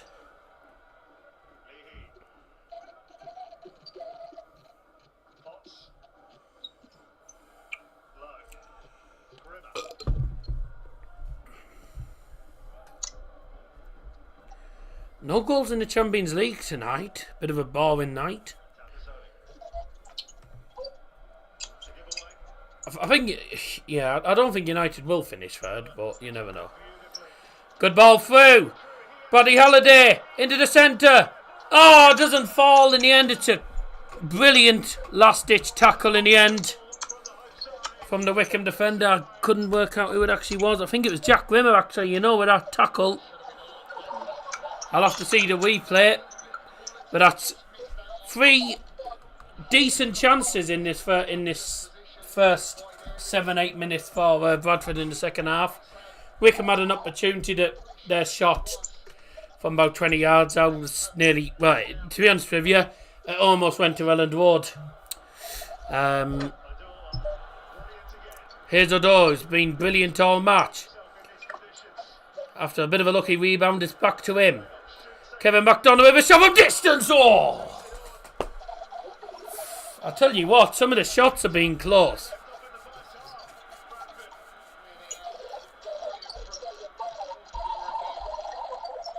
Ooh! That was close.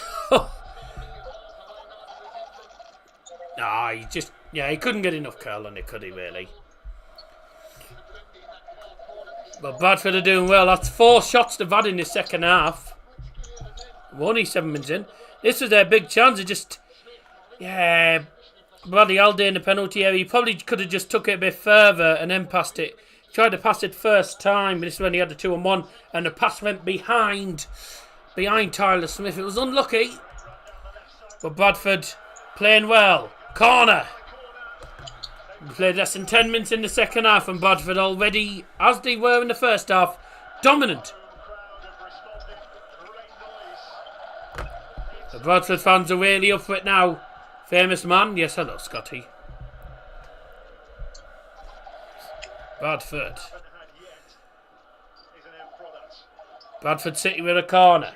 Richard Smallwood swings it into the penalty area. Punched away by the keeper.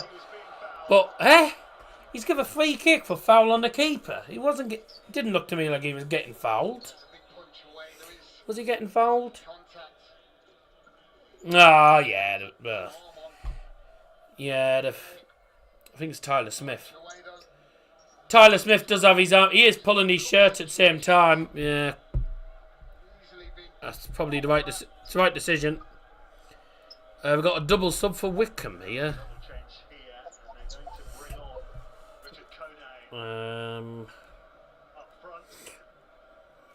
Richard Corney. That's Kane Vincent Young. And 24. Folks is off. And who else went off?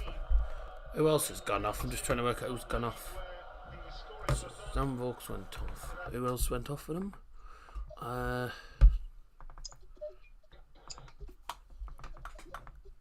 Who else is that? Who's that went off? Okay. Right. Okay. Double substitution for Wycombe. Leaving the field is number 7, David Wheeler. Also leaving the field is number 9, Sam Vokes. And replacing them at number 24, Richard Corney. And number 44, Kane Vincent Young. And the substitutions brought to you by Double Johnson. Okay, 56 minutes in then. So a double sub's just been made there by the Chairboys. So Richard Corney has come on to replace Sam Vokes, and he'll be playing most likely as the striker. Sam Vokes never really saw any of the ball, to be honest with you.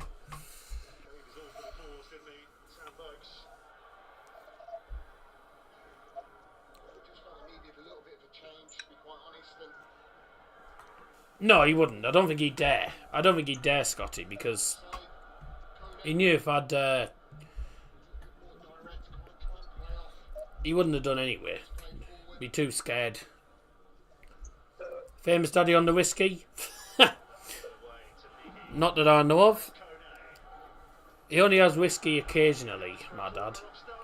Yeah, well, he won't get very far because if they're seen, then the manager will ban him anyway. The manager's already banned him.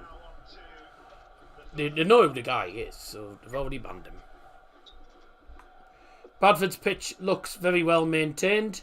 Yeah, it looks terrible tonight because of the weather. The weather's been awful in Bradford tonight. That's why. That's the main reason. Now what's happened? Tyler Smith got fouled and the referee's pulled it back. Keep an eye out.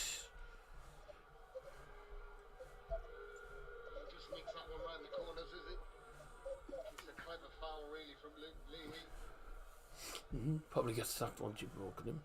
Well, no, because I'll be doing it I'm doing it in defence, you know. At the end of the day, Put it this way: the managers will always defend me. They know who the guys are. They know who they are. Crazy mate seeing Levy still scoring goals at this age. It's incredible. Yep. And then the haters when he was playing for Bayern were saying, "No, he's only scoring loads because it's the Bundesliga." Yeah, but he's still scoring goals in the. He's still scoring loads of goals in the Champions League, isn't he? I wouldn't punch him. I'd be pushing him straight out the door, mate. I do it without assaulting. I don't assault people. He's a top striker. I know he's a striker. I've said along he's a top striker, but then there's haters saying, "I was only because he was in the Bundesliga." Haters, as usual. But he's a great striker, and speaking of which, he has taken the lead. He has given them the lead, actually.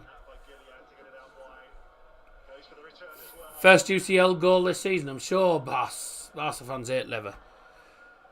Oh, well, they will, because he scored. Yeah, they will, because he played for Bayern in the 8-2 against them, and he scores against them anyway, mate. I know that's his job, mate, and I was saying he's a top player. But there was loads of people who hated him because, he's not that good, he's only scoring goals because he's playing for Bayern, blah, blah, blah, blah, blah. And he's scoring goals for Barcelona, because they lead Napoli by a goal to nil. Because I think he's been shocking. Mate, Barcelona haven't been amazing for a long time, to be honest. Yeah, Kavanagh. Oh, it is his job at the end of the day. Yeah, that's what. Who is it? That's what Roy Keane says. That's his job. 4-1 Liverpool. Harvey Elliott. Liverpool eventually getting the win against them. To be honest, Barcelona have a lot of good players, but they haven't.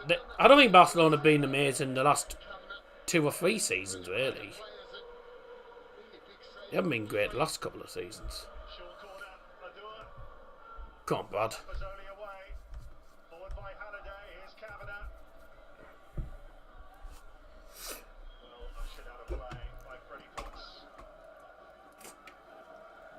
Up your nose. Ooh. Cal Kavanagh there, they're just showing that shot again. He literally, it was a good shot, well saved by the keeper in the end. But Bradford look more than likely to get themselves the first goal. But the thing is, this could end up being 0-0, by the way, because neither team has conceded the first goal in the tournament. Not one of these 2 teams have actually conceded the first goal in games. Where do you think Levy will end his career at? I wouldn't be surprised if he went back to Poland. I wouldn't be surprised if he went back to Poland, a team like, I don't know, maybe Lech Poznan, Legia Warsaw or something. I wouldn't be surprised if he headed back to Poland, because that's where a lot of the players these days are going. They're going back to their own country. Messi supposed to be joining Newell's Old Boys, whatever. That was where he started, you know. I think Luis Suarez is ending his career, and he's in Uruguay, I think, at the moment. So yeah, there's a lot of players tend to go either back to their boyhood club or at least to their home countries, you know.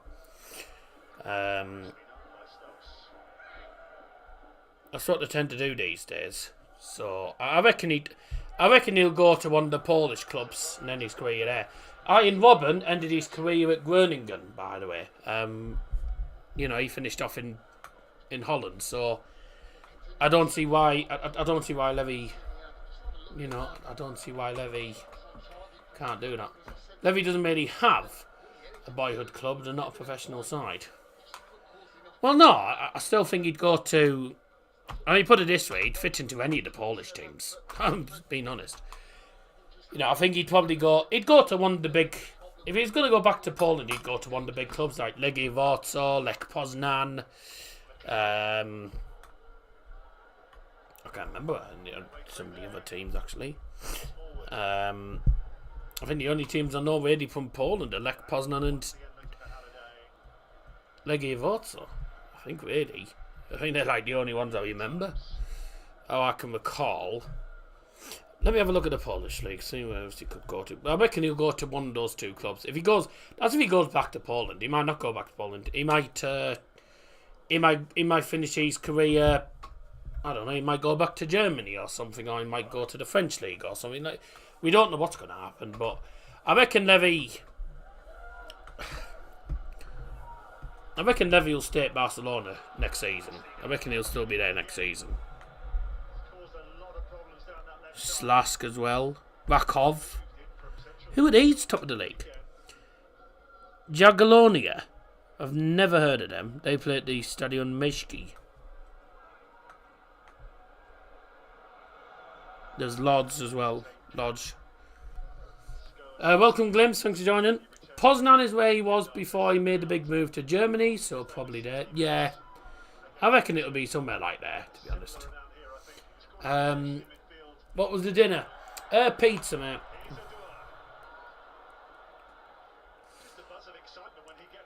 Here's a shot. Bye. Yeah, this actually, I'm saying that if anyone's going to score Bradford, it could have 0-0 written all over this, you know, because neither team have conceded first in this tournament, and this is their 7th game. Bradford haven't conceded first in this tournament, and neither Wycombe. So there you go. The two shall get sacked. But he's gone at the end of the season, which doesn't surprise me. He'll be gone at the end of the season, which doesn't surprise me at all. So decision for Wycombe Wanderers, leaving the field is number 4, Josh Scowen, and he's replaced by number 8, Matt Butcher. Substitution brought to you by Double Johnson. Matt Butcher on the field then.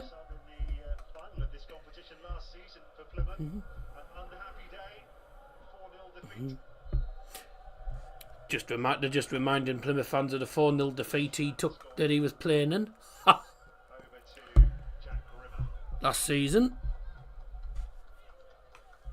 Liverpool win 4-1 against Luton in the end, unlike United, who only win by 1 goal. Sorry, this is the other comment that Tom in the chat had put, or Tom Tossie, whatever his name is. What's this? If Poland don't qualify for the Euros, I think he'll retire internationally, and then probably next few years retire completely. If they don't get, to be honest with you, if they don't qualify for the Euros, then yeah, he probably will. Next month we have the Euro playoff qualifiers. They should be good. Yep, they'll be interesting. Who do Wales have? Wales have Finland. They should win that. If Wales beat Finland, then it's either Estonia or Poland. Wales versus Poland again. That would be tasty. That would be tasty. Because I think Wales beat Poland, if I'm not mistaken. Didn't they beat Poland to get to the World Cup? Or something, if I'm not mistaken. A while ago. That's a tough game, that Wales-Poland. Oh, a man's down right in the technical area. Genuinely in the technical area.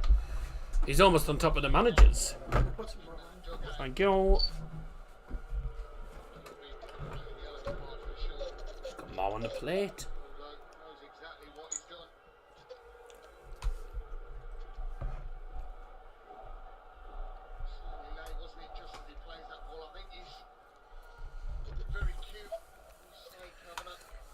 So Callum Kavanagh.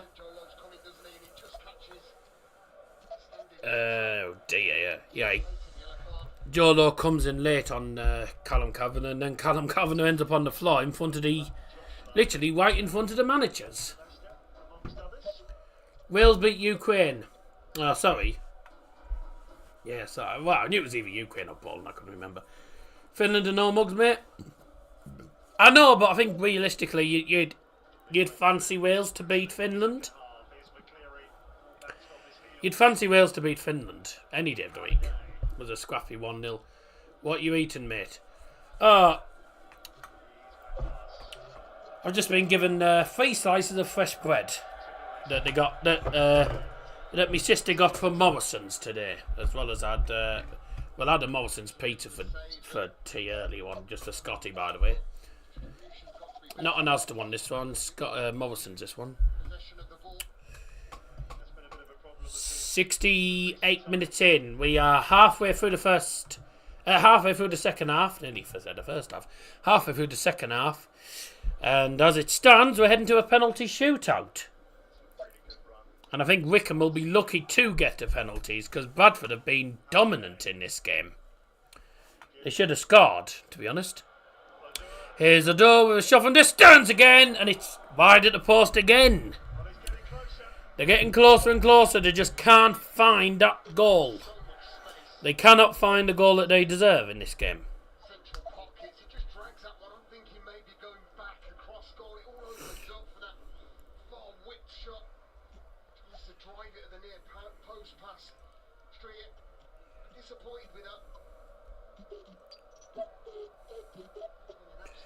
No, I didn't want to do that, did I? Really, really impressive.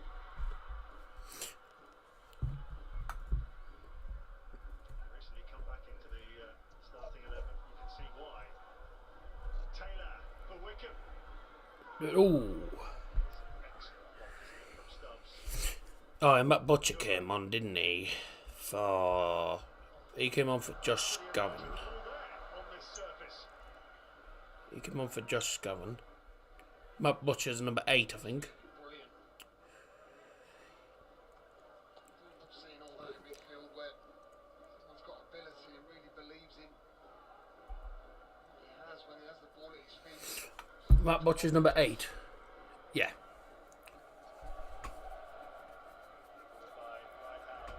Ball forward and then, well, thumped out of play by the Wycombe defender. Ukraine have Bosnia. If they win that, one of Israel or Iceland. Ukraine should win both, to be fair. Bosnia are awful nowadays. Israel are slightly below Ukraine's level. Again. Oh, how many chances? How many chances did I want, Bradford here? Should have scored this. Mate, have you kissed Mamma Mia? Well, to be honest, about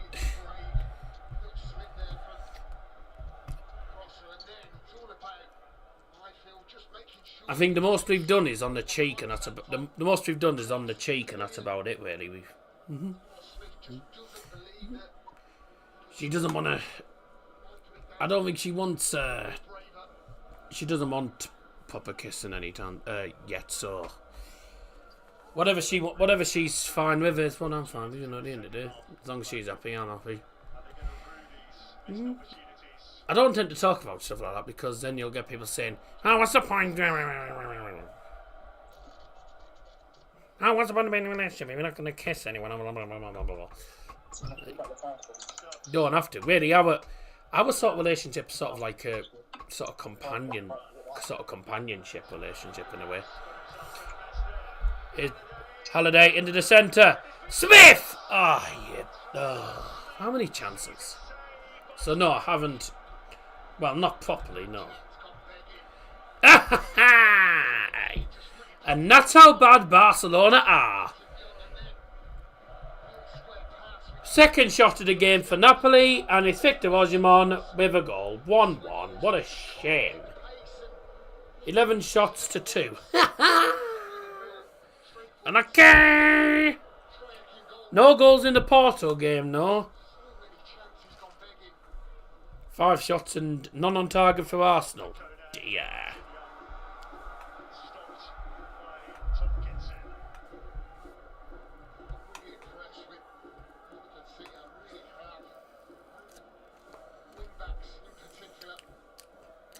Covered in butter.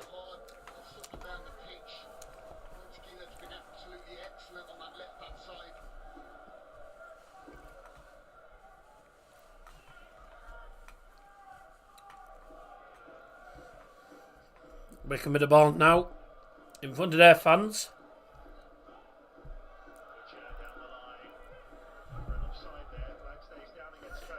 Ball in again.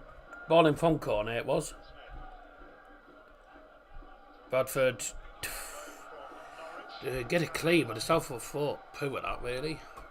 Should have done better with that.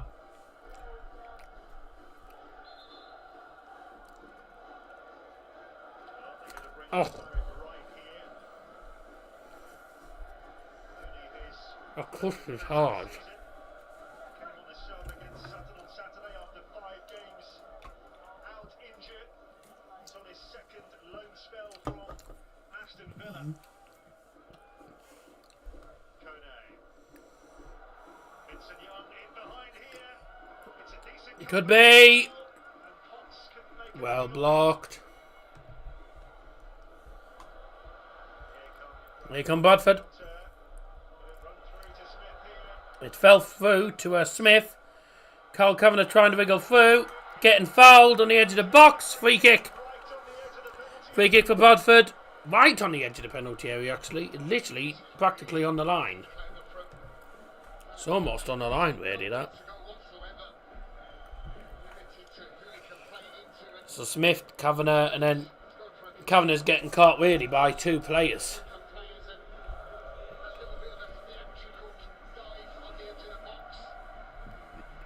Was a free kick. I think we're going to have a Bradford change here. So off goes the competition's top scorer, Tyler Smith. We are going to have a change. This evening, Oh, here he is, Tyreek White. on comes Tyreek Wright, who scored 4 goals on loan here last season before being recalled and going on to Plymouth. Back on loan at Bradford.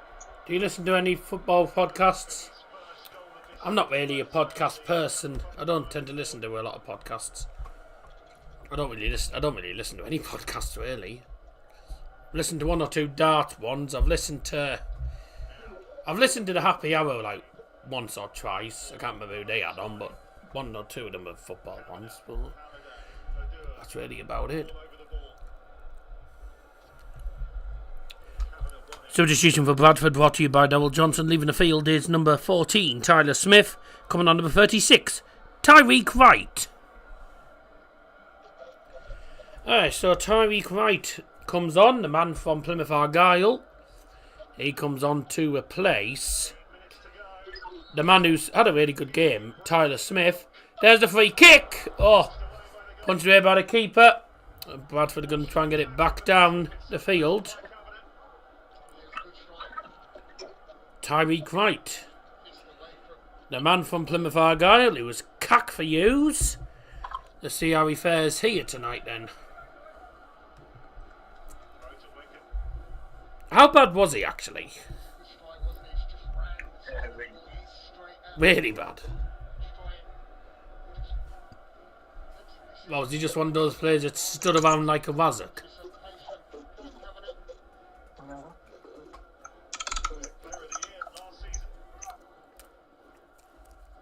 Oh, I don't know because I haven't watched him, but I know. I know Harvey England hates him. Bradford get it clear in the end. And Tyreek White does actually win that ball. That's a 4 into Bradford.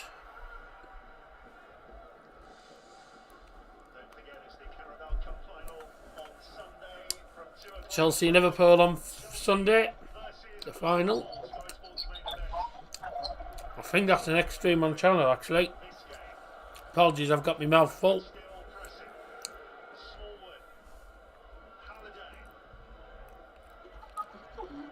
Holiday.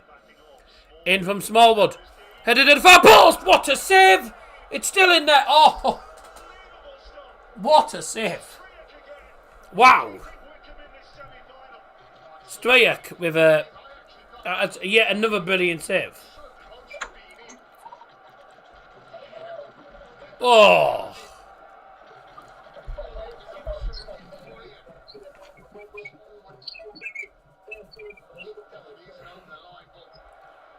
What a save on the goal line as well that was. It was almost in. It was almost in the net, that header.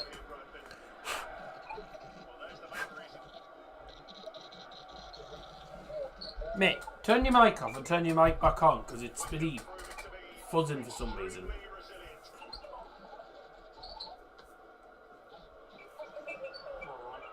I'm just getting fuzzy noises coming through.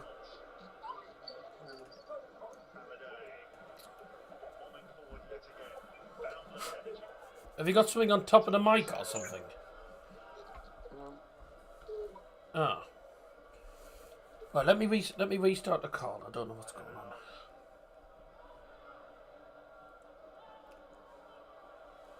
Could be counter beyond here for Wycombe Wanderers.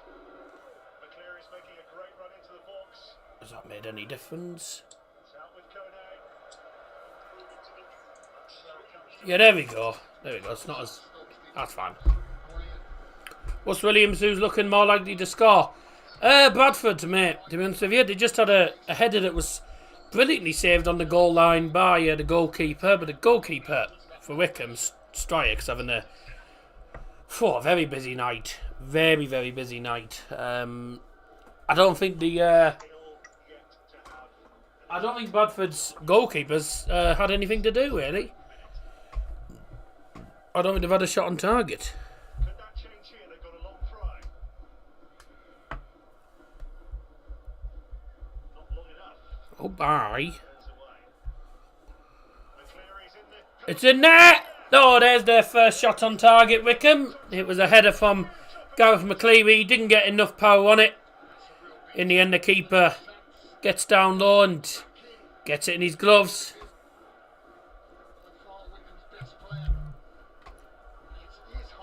Bye! I only needed to end the call once. You didn't need to end it again. Oh. Why am I hearing myself? What's going on here?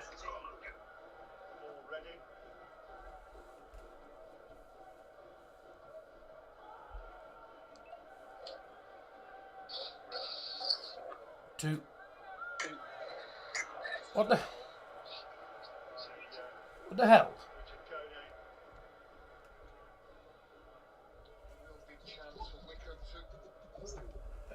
Oh my god, what is going on tonight? So first it was fuzzy, next I could hear myself. What the hell's going on?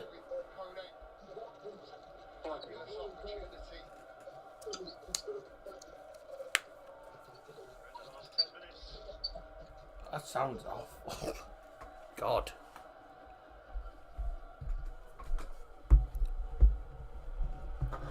Well, whatever. Corner.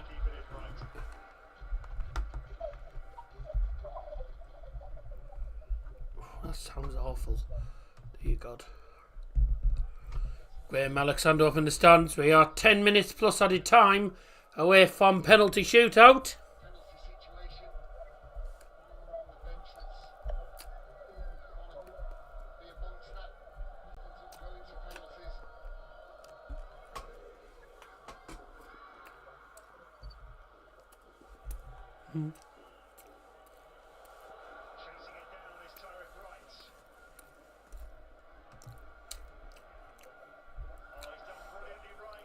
Is Tariq right? With a shot blocked.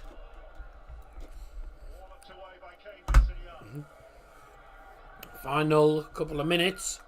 This is where both managers now will be starting to think about who they're going to have on the penalties. Because they are heading to penalties as things stand.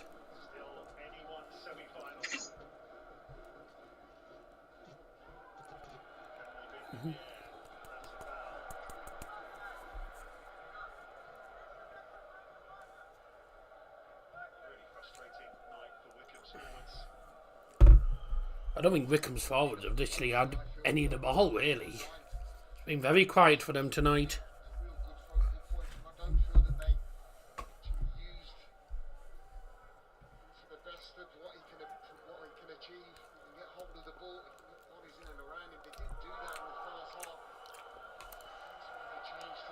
Huh.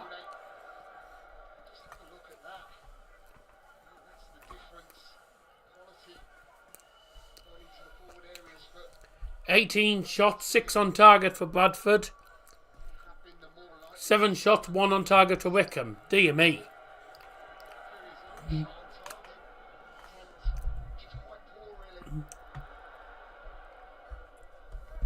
They have been awful.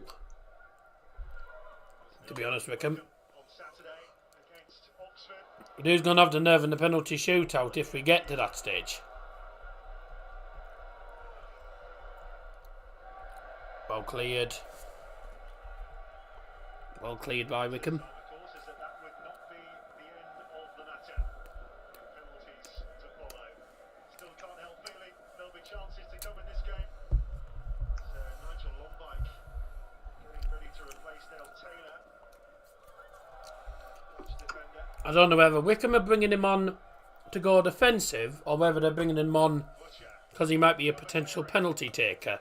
But Nigel Lonvike's going to come on. Nigel Longvike's coming on for Wycombe in a minute.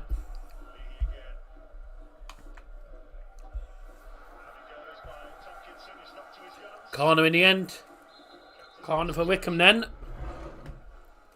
But first we've got the substitution. And it's a Wycombe sub.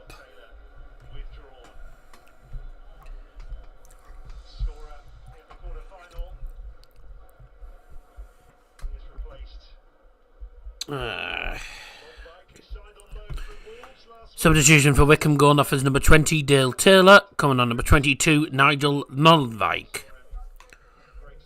Substitution brought to you by Dowell Johnson.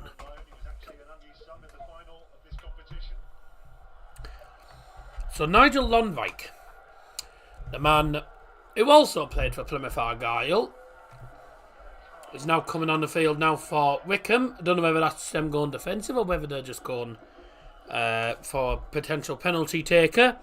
But he's on for Dale Taylor. Dale Taylor's not had a lot of the... Dale Taylor's not really had...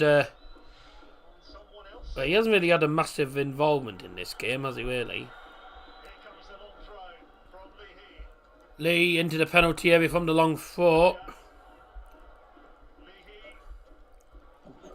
It's in there, and it's out for a goal kick. I think that's all the subs that they can make now, Wycombe.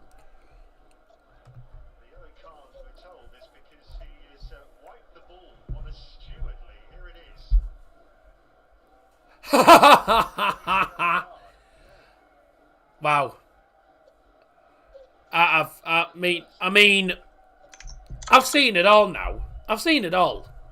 Luke Lee has just been booked for Wycombe on the phone because he was drying the ball on the steward's jacket.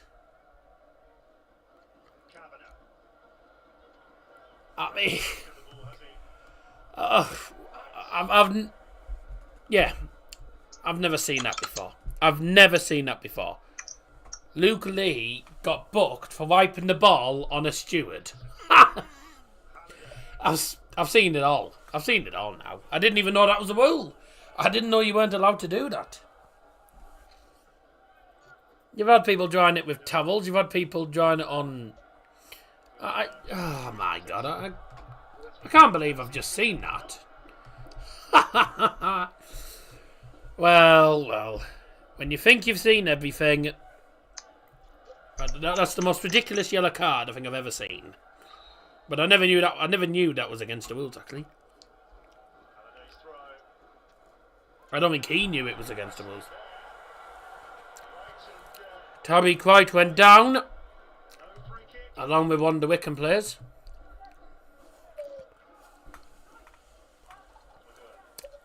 Wycombe looking to finish the game on a high. 3 minutes to go, plus stoppage time. Will we see a winner, or will we be heading to penalties? Looks like we'll be heading to penalties in this game. Which means we're going to be here till 10 o'clock, at least.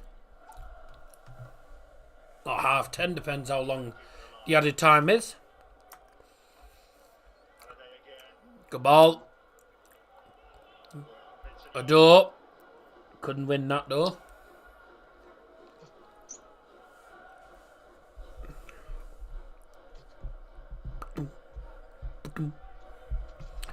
All I'm even.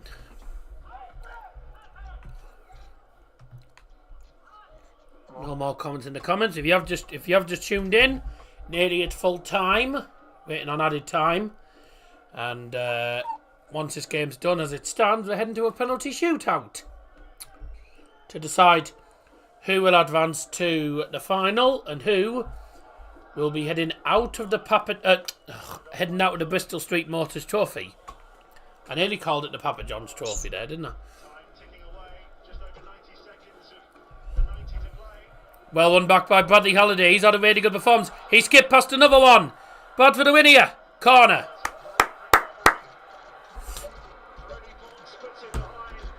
Bradley Halliday's had a really good performance. He's played really well for Bradford tonight. If I am going to pick a man of the match tonight, it will be one of the Bradford players because they have been superb tonight, Bradford. Wycombe haven't been good enough, to be honest, but they could still win it. They could still win this game. And if they do, it'll probably be penalties. Bradford with a corner. It's in there. Back in. Headed away.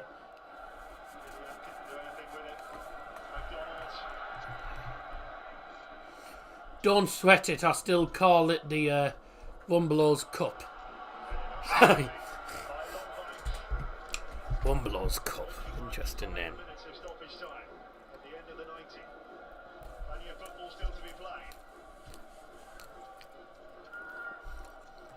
A lot of people remember it as the Johnston's Paint Trophy, is what it used to be.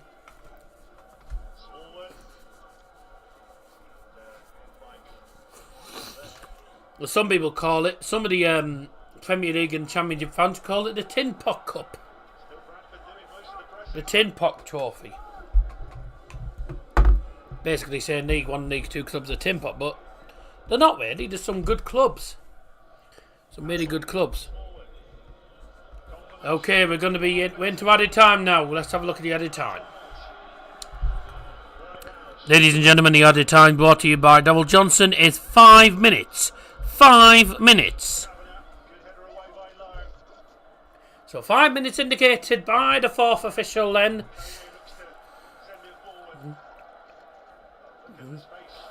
Oh dear. Long ball. Matt Butcher. With a shot. Oh, they've won it. Matt Butcher's won it. Oh my word. Of all the people. Wycombe have won it last minute. And it's... Oh my word. It's so against the one to play. Wycombe have won it and it's Matt Butcher. Oh my word. I can't believe it. It's such a great finish as well from Matt Butcher. He finds the far corner. Oh my word.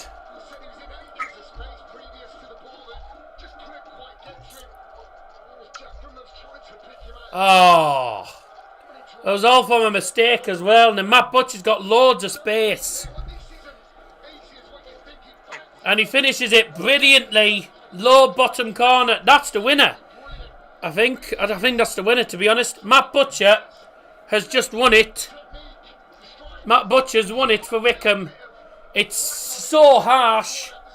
It's so harsh because Bradford City have been the better side for the entire game. The entire game they've been the better side, but Wycombe might just have nicked it. And it's Matt Butcher. You can't believe what you see in this. You can't believe what you see.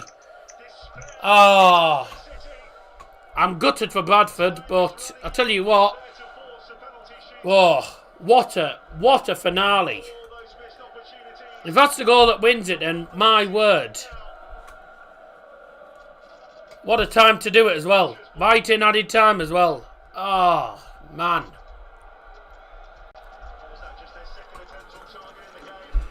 Goal for Wycombe Wanderers scored in added time by number 8, Matt Butcher. Oh. Porto have won it! Get in! Liam. God, yes. Get in, Porto. Unlucky banter club.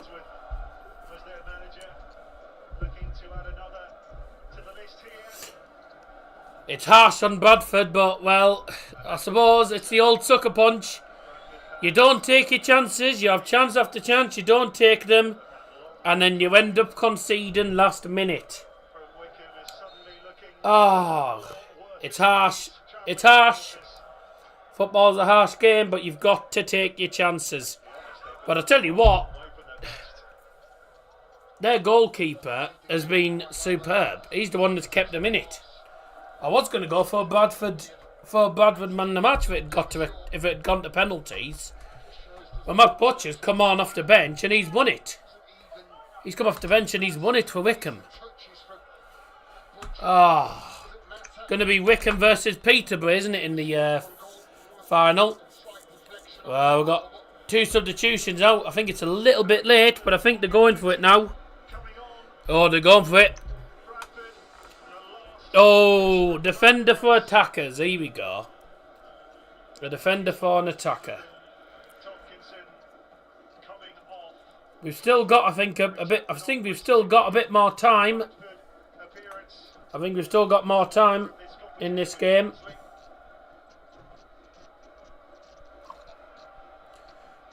Defenders off, attackers on. Oh, the brought on attackers. Last 4 of the dice, I think it is. Wycombe going to bring 12 people to Wembley like they did in that player finals, just down the road as well. Probably, yeah, Peterborough will have more fans. Drag out, full time at drag out, and that is a win for Porto. Good.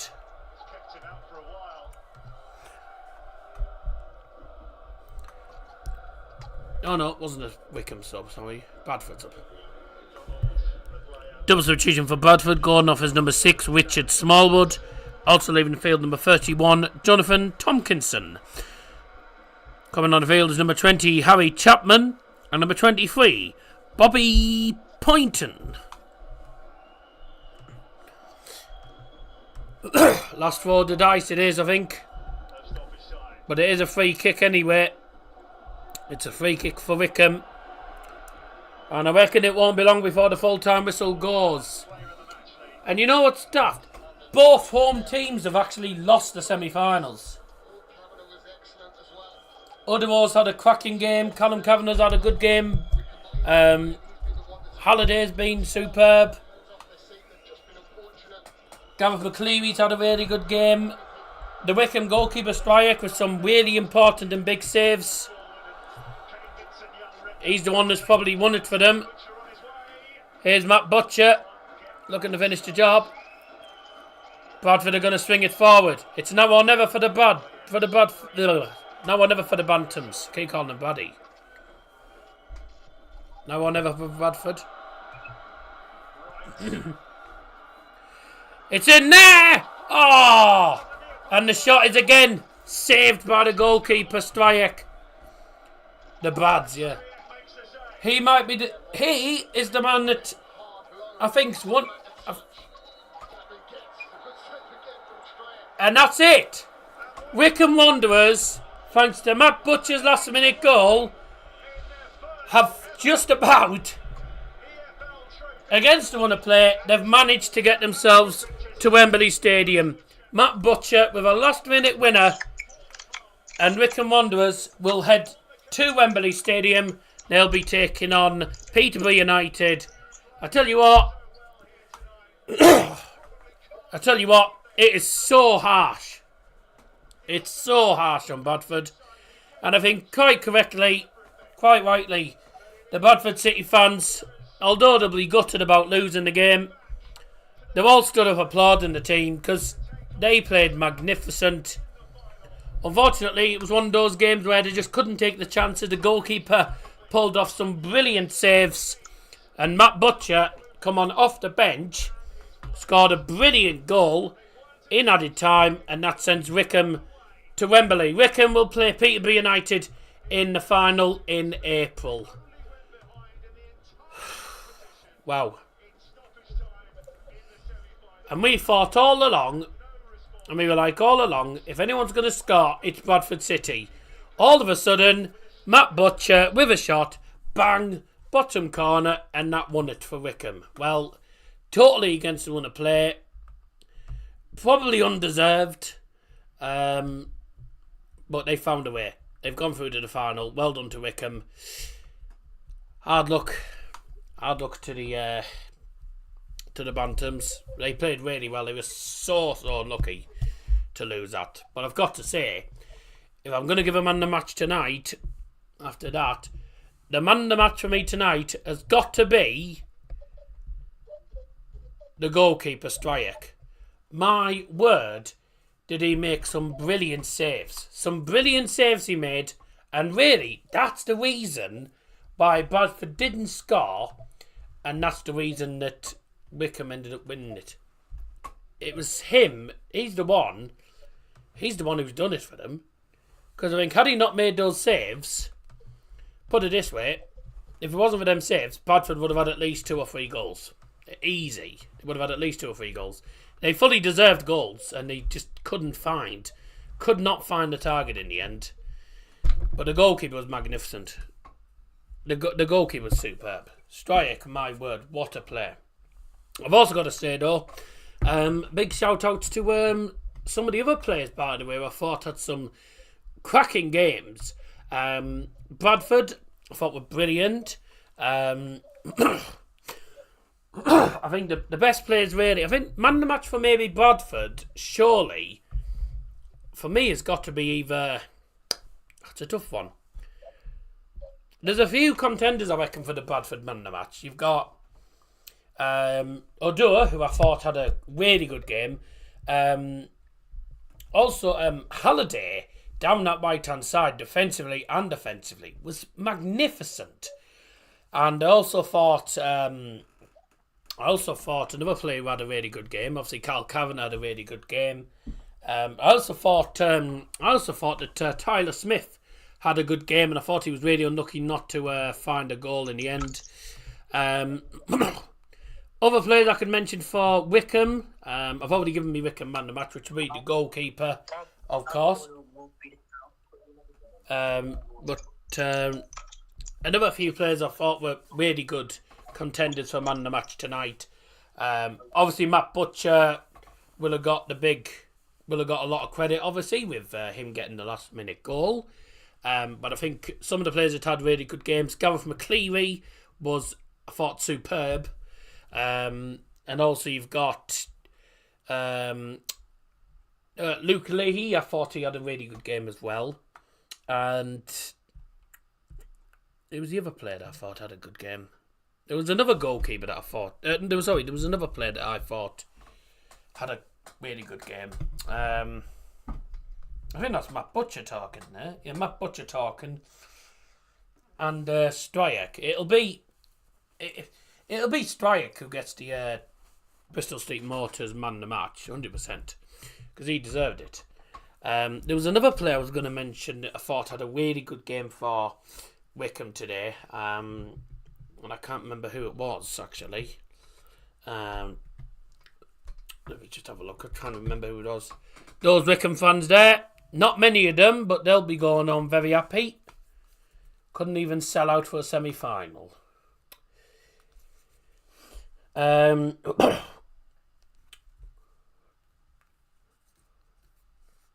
was it? Who was the other player I thought had a really good game for them? I'm trying to find his name now.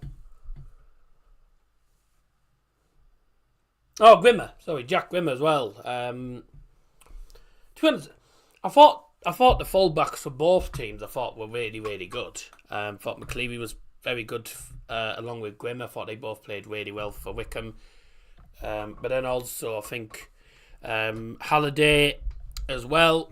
Halliday as well I thought was magnificent for Bradford. He was superb going down the right hand side, and even defending as well. He was brilliant in defence. And also Gilead I thought Gilead had an okay game. I didn't think he was outstanding. But yeah, I thought they were very unlucky. They were very unlucky to come away with a loss in the end, because they really deserved to win that. But that's the way the cookie crumbles. Matt Butcher wins it last minute for Wycombe Wanderers, and that means that Bradford City's one of 5 games unbeaten at home and 5 games unbeaten in all competitions comes to an end, thanks to Matt Butcher's goal and some cracking goalkeeping from Stryek. Well, I'll tell you what, I got to say, Liam, that was some finish from Matt Butcher.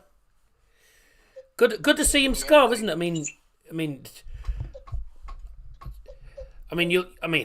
I don't know how you feel, obviously, because he was obviously a Plymouth player last season, but he's a man that's come on the field and got the winner for Wycombe in a game that I think personally Bradford probably deserved to win. But I tell you what, wasn't their goalkeeper brilliant? I've watched him before. He's very good. He was good against us before when he played us. So. Yeah. And the Man of the Match award, quite rightly, in the end, does go to Stryek, the goalkeeper. He does get the Man of the Match award. Bloody hell, that looks...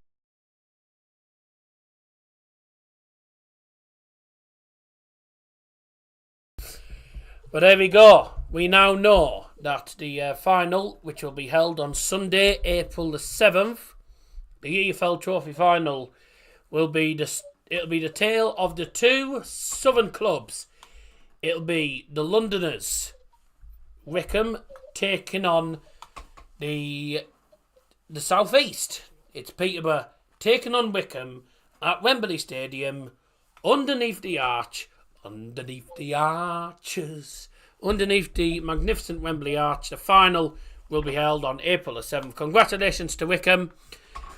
I've got to say though, I think they were very, very lucky in the end, but I'll tell you what, some cracking goalkeeping from Stryek. And that shows why he is a very good goalkeeper. And he showed tonight that he was class. Because I'll tell you what, if it wasn't for him, that would have been at least 3 or 4-0 to... it'd have been at least 3 or 4-0, I reckon, to Bradford. Because Bradford should have scored that. It's harsh on Bradford, but at the end of the day, if you don't score, you can get caught out by one attack. And it was literally one shot from Matt Butcher. First thing he'd done all game, and it went in the net. That's the way the cookie crumbles. Thanks everyone for joining us tonight. Congratulations to Wycombe. Commiserations to Bradford City. Best luck to Bradford, of course, for the rest of the season. And don't forget that myself, Liam and Harvey tomorrow will be live on Double Trouble Darts for this night number 4 of the Premier League of Darts. Will Michael Van Gogh make it 3 weeks on the bounce? Hopefully not. Or will someone else get themselves some points and onto the leaderboard? We'll see what happens. Wycombe win by goal to 0 thanks to a goal from Matt Butcher last minute and some brilliant goalkeeping from Stryek. I'll be back on Double Trouble Darts tomorrow for the Premier League of Darts night number 4, which is taking place in the I think it's the AO Arena. No, it's not the AO. Taking place in the what's it called? Taking place in the I can't remember what it's called now. It was because it's changed name. It's taking place in the Newcastle Arena. And I can't remember what it's called now, because I wouldn't care I've been there. I've been in the arena, but it's changed name since. It's changed its name since then.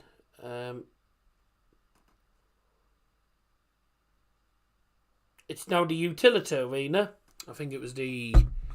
I can't remember what it used to be called, but it's now the Utility Arena in Newcastle. So myself, Liam and Harvey will see you tomorrow for the darts. But for me, the next thing on the channel will be the reunion again between myself and the Plymouth lads. Because on Saturday, Middlesbrough take on Plymouth Argyle at the Riverside Stadium. I'll be seeing the boys there. We'll all see you there. And make sure you keep an eye out on Saturday night for the vlog. And then Sunday, we have the Carabao Cup final between Liverpool and Chelsea, unless Bayern are on telly. And I don't know if... I don't think Bayern are televised. I think there's only the Carabao Cup final. It's on Sunday. There's Wolves versus Sheffield United on, but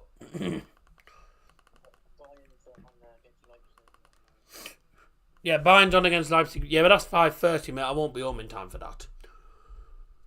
Because that's yeah. So yeah, that's all. So we'll be next time I'll be live will be the Carabao Cup final between the Scousers, and we're not English, we're Scouse, and the posh Went boys, as people call them. Oh, I'm a Chelsea fan. I'm a Went boy. Yes, so we've got the Scousers against the Went boys, as people call them, and let's hope Chelsea win the cup. We'll see what happens. Up the above, everyone. Thanks everyone for tuning in. Up the above, GGMU, Mia San Mia, and hope you all have a fantastic rest of the week. And once again, congratulations to the Chairboys. They're into the final, which will be the 7th of April. So that's the next time you'll see me for any EFL Trophy content. The 7th of April, which I think is the 7th of April for the final of the EFL Trophy. From myself, Dale Johnson, have a fantastic night. I will see you all again on Sunday for the big final. The EFL Cup final, Chelsea versus Liverpool. Have a good night. Bye.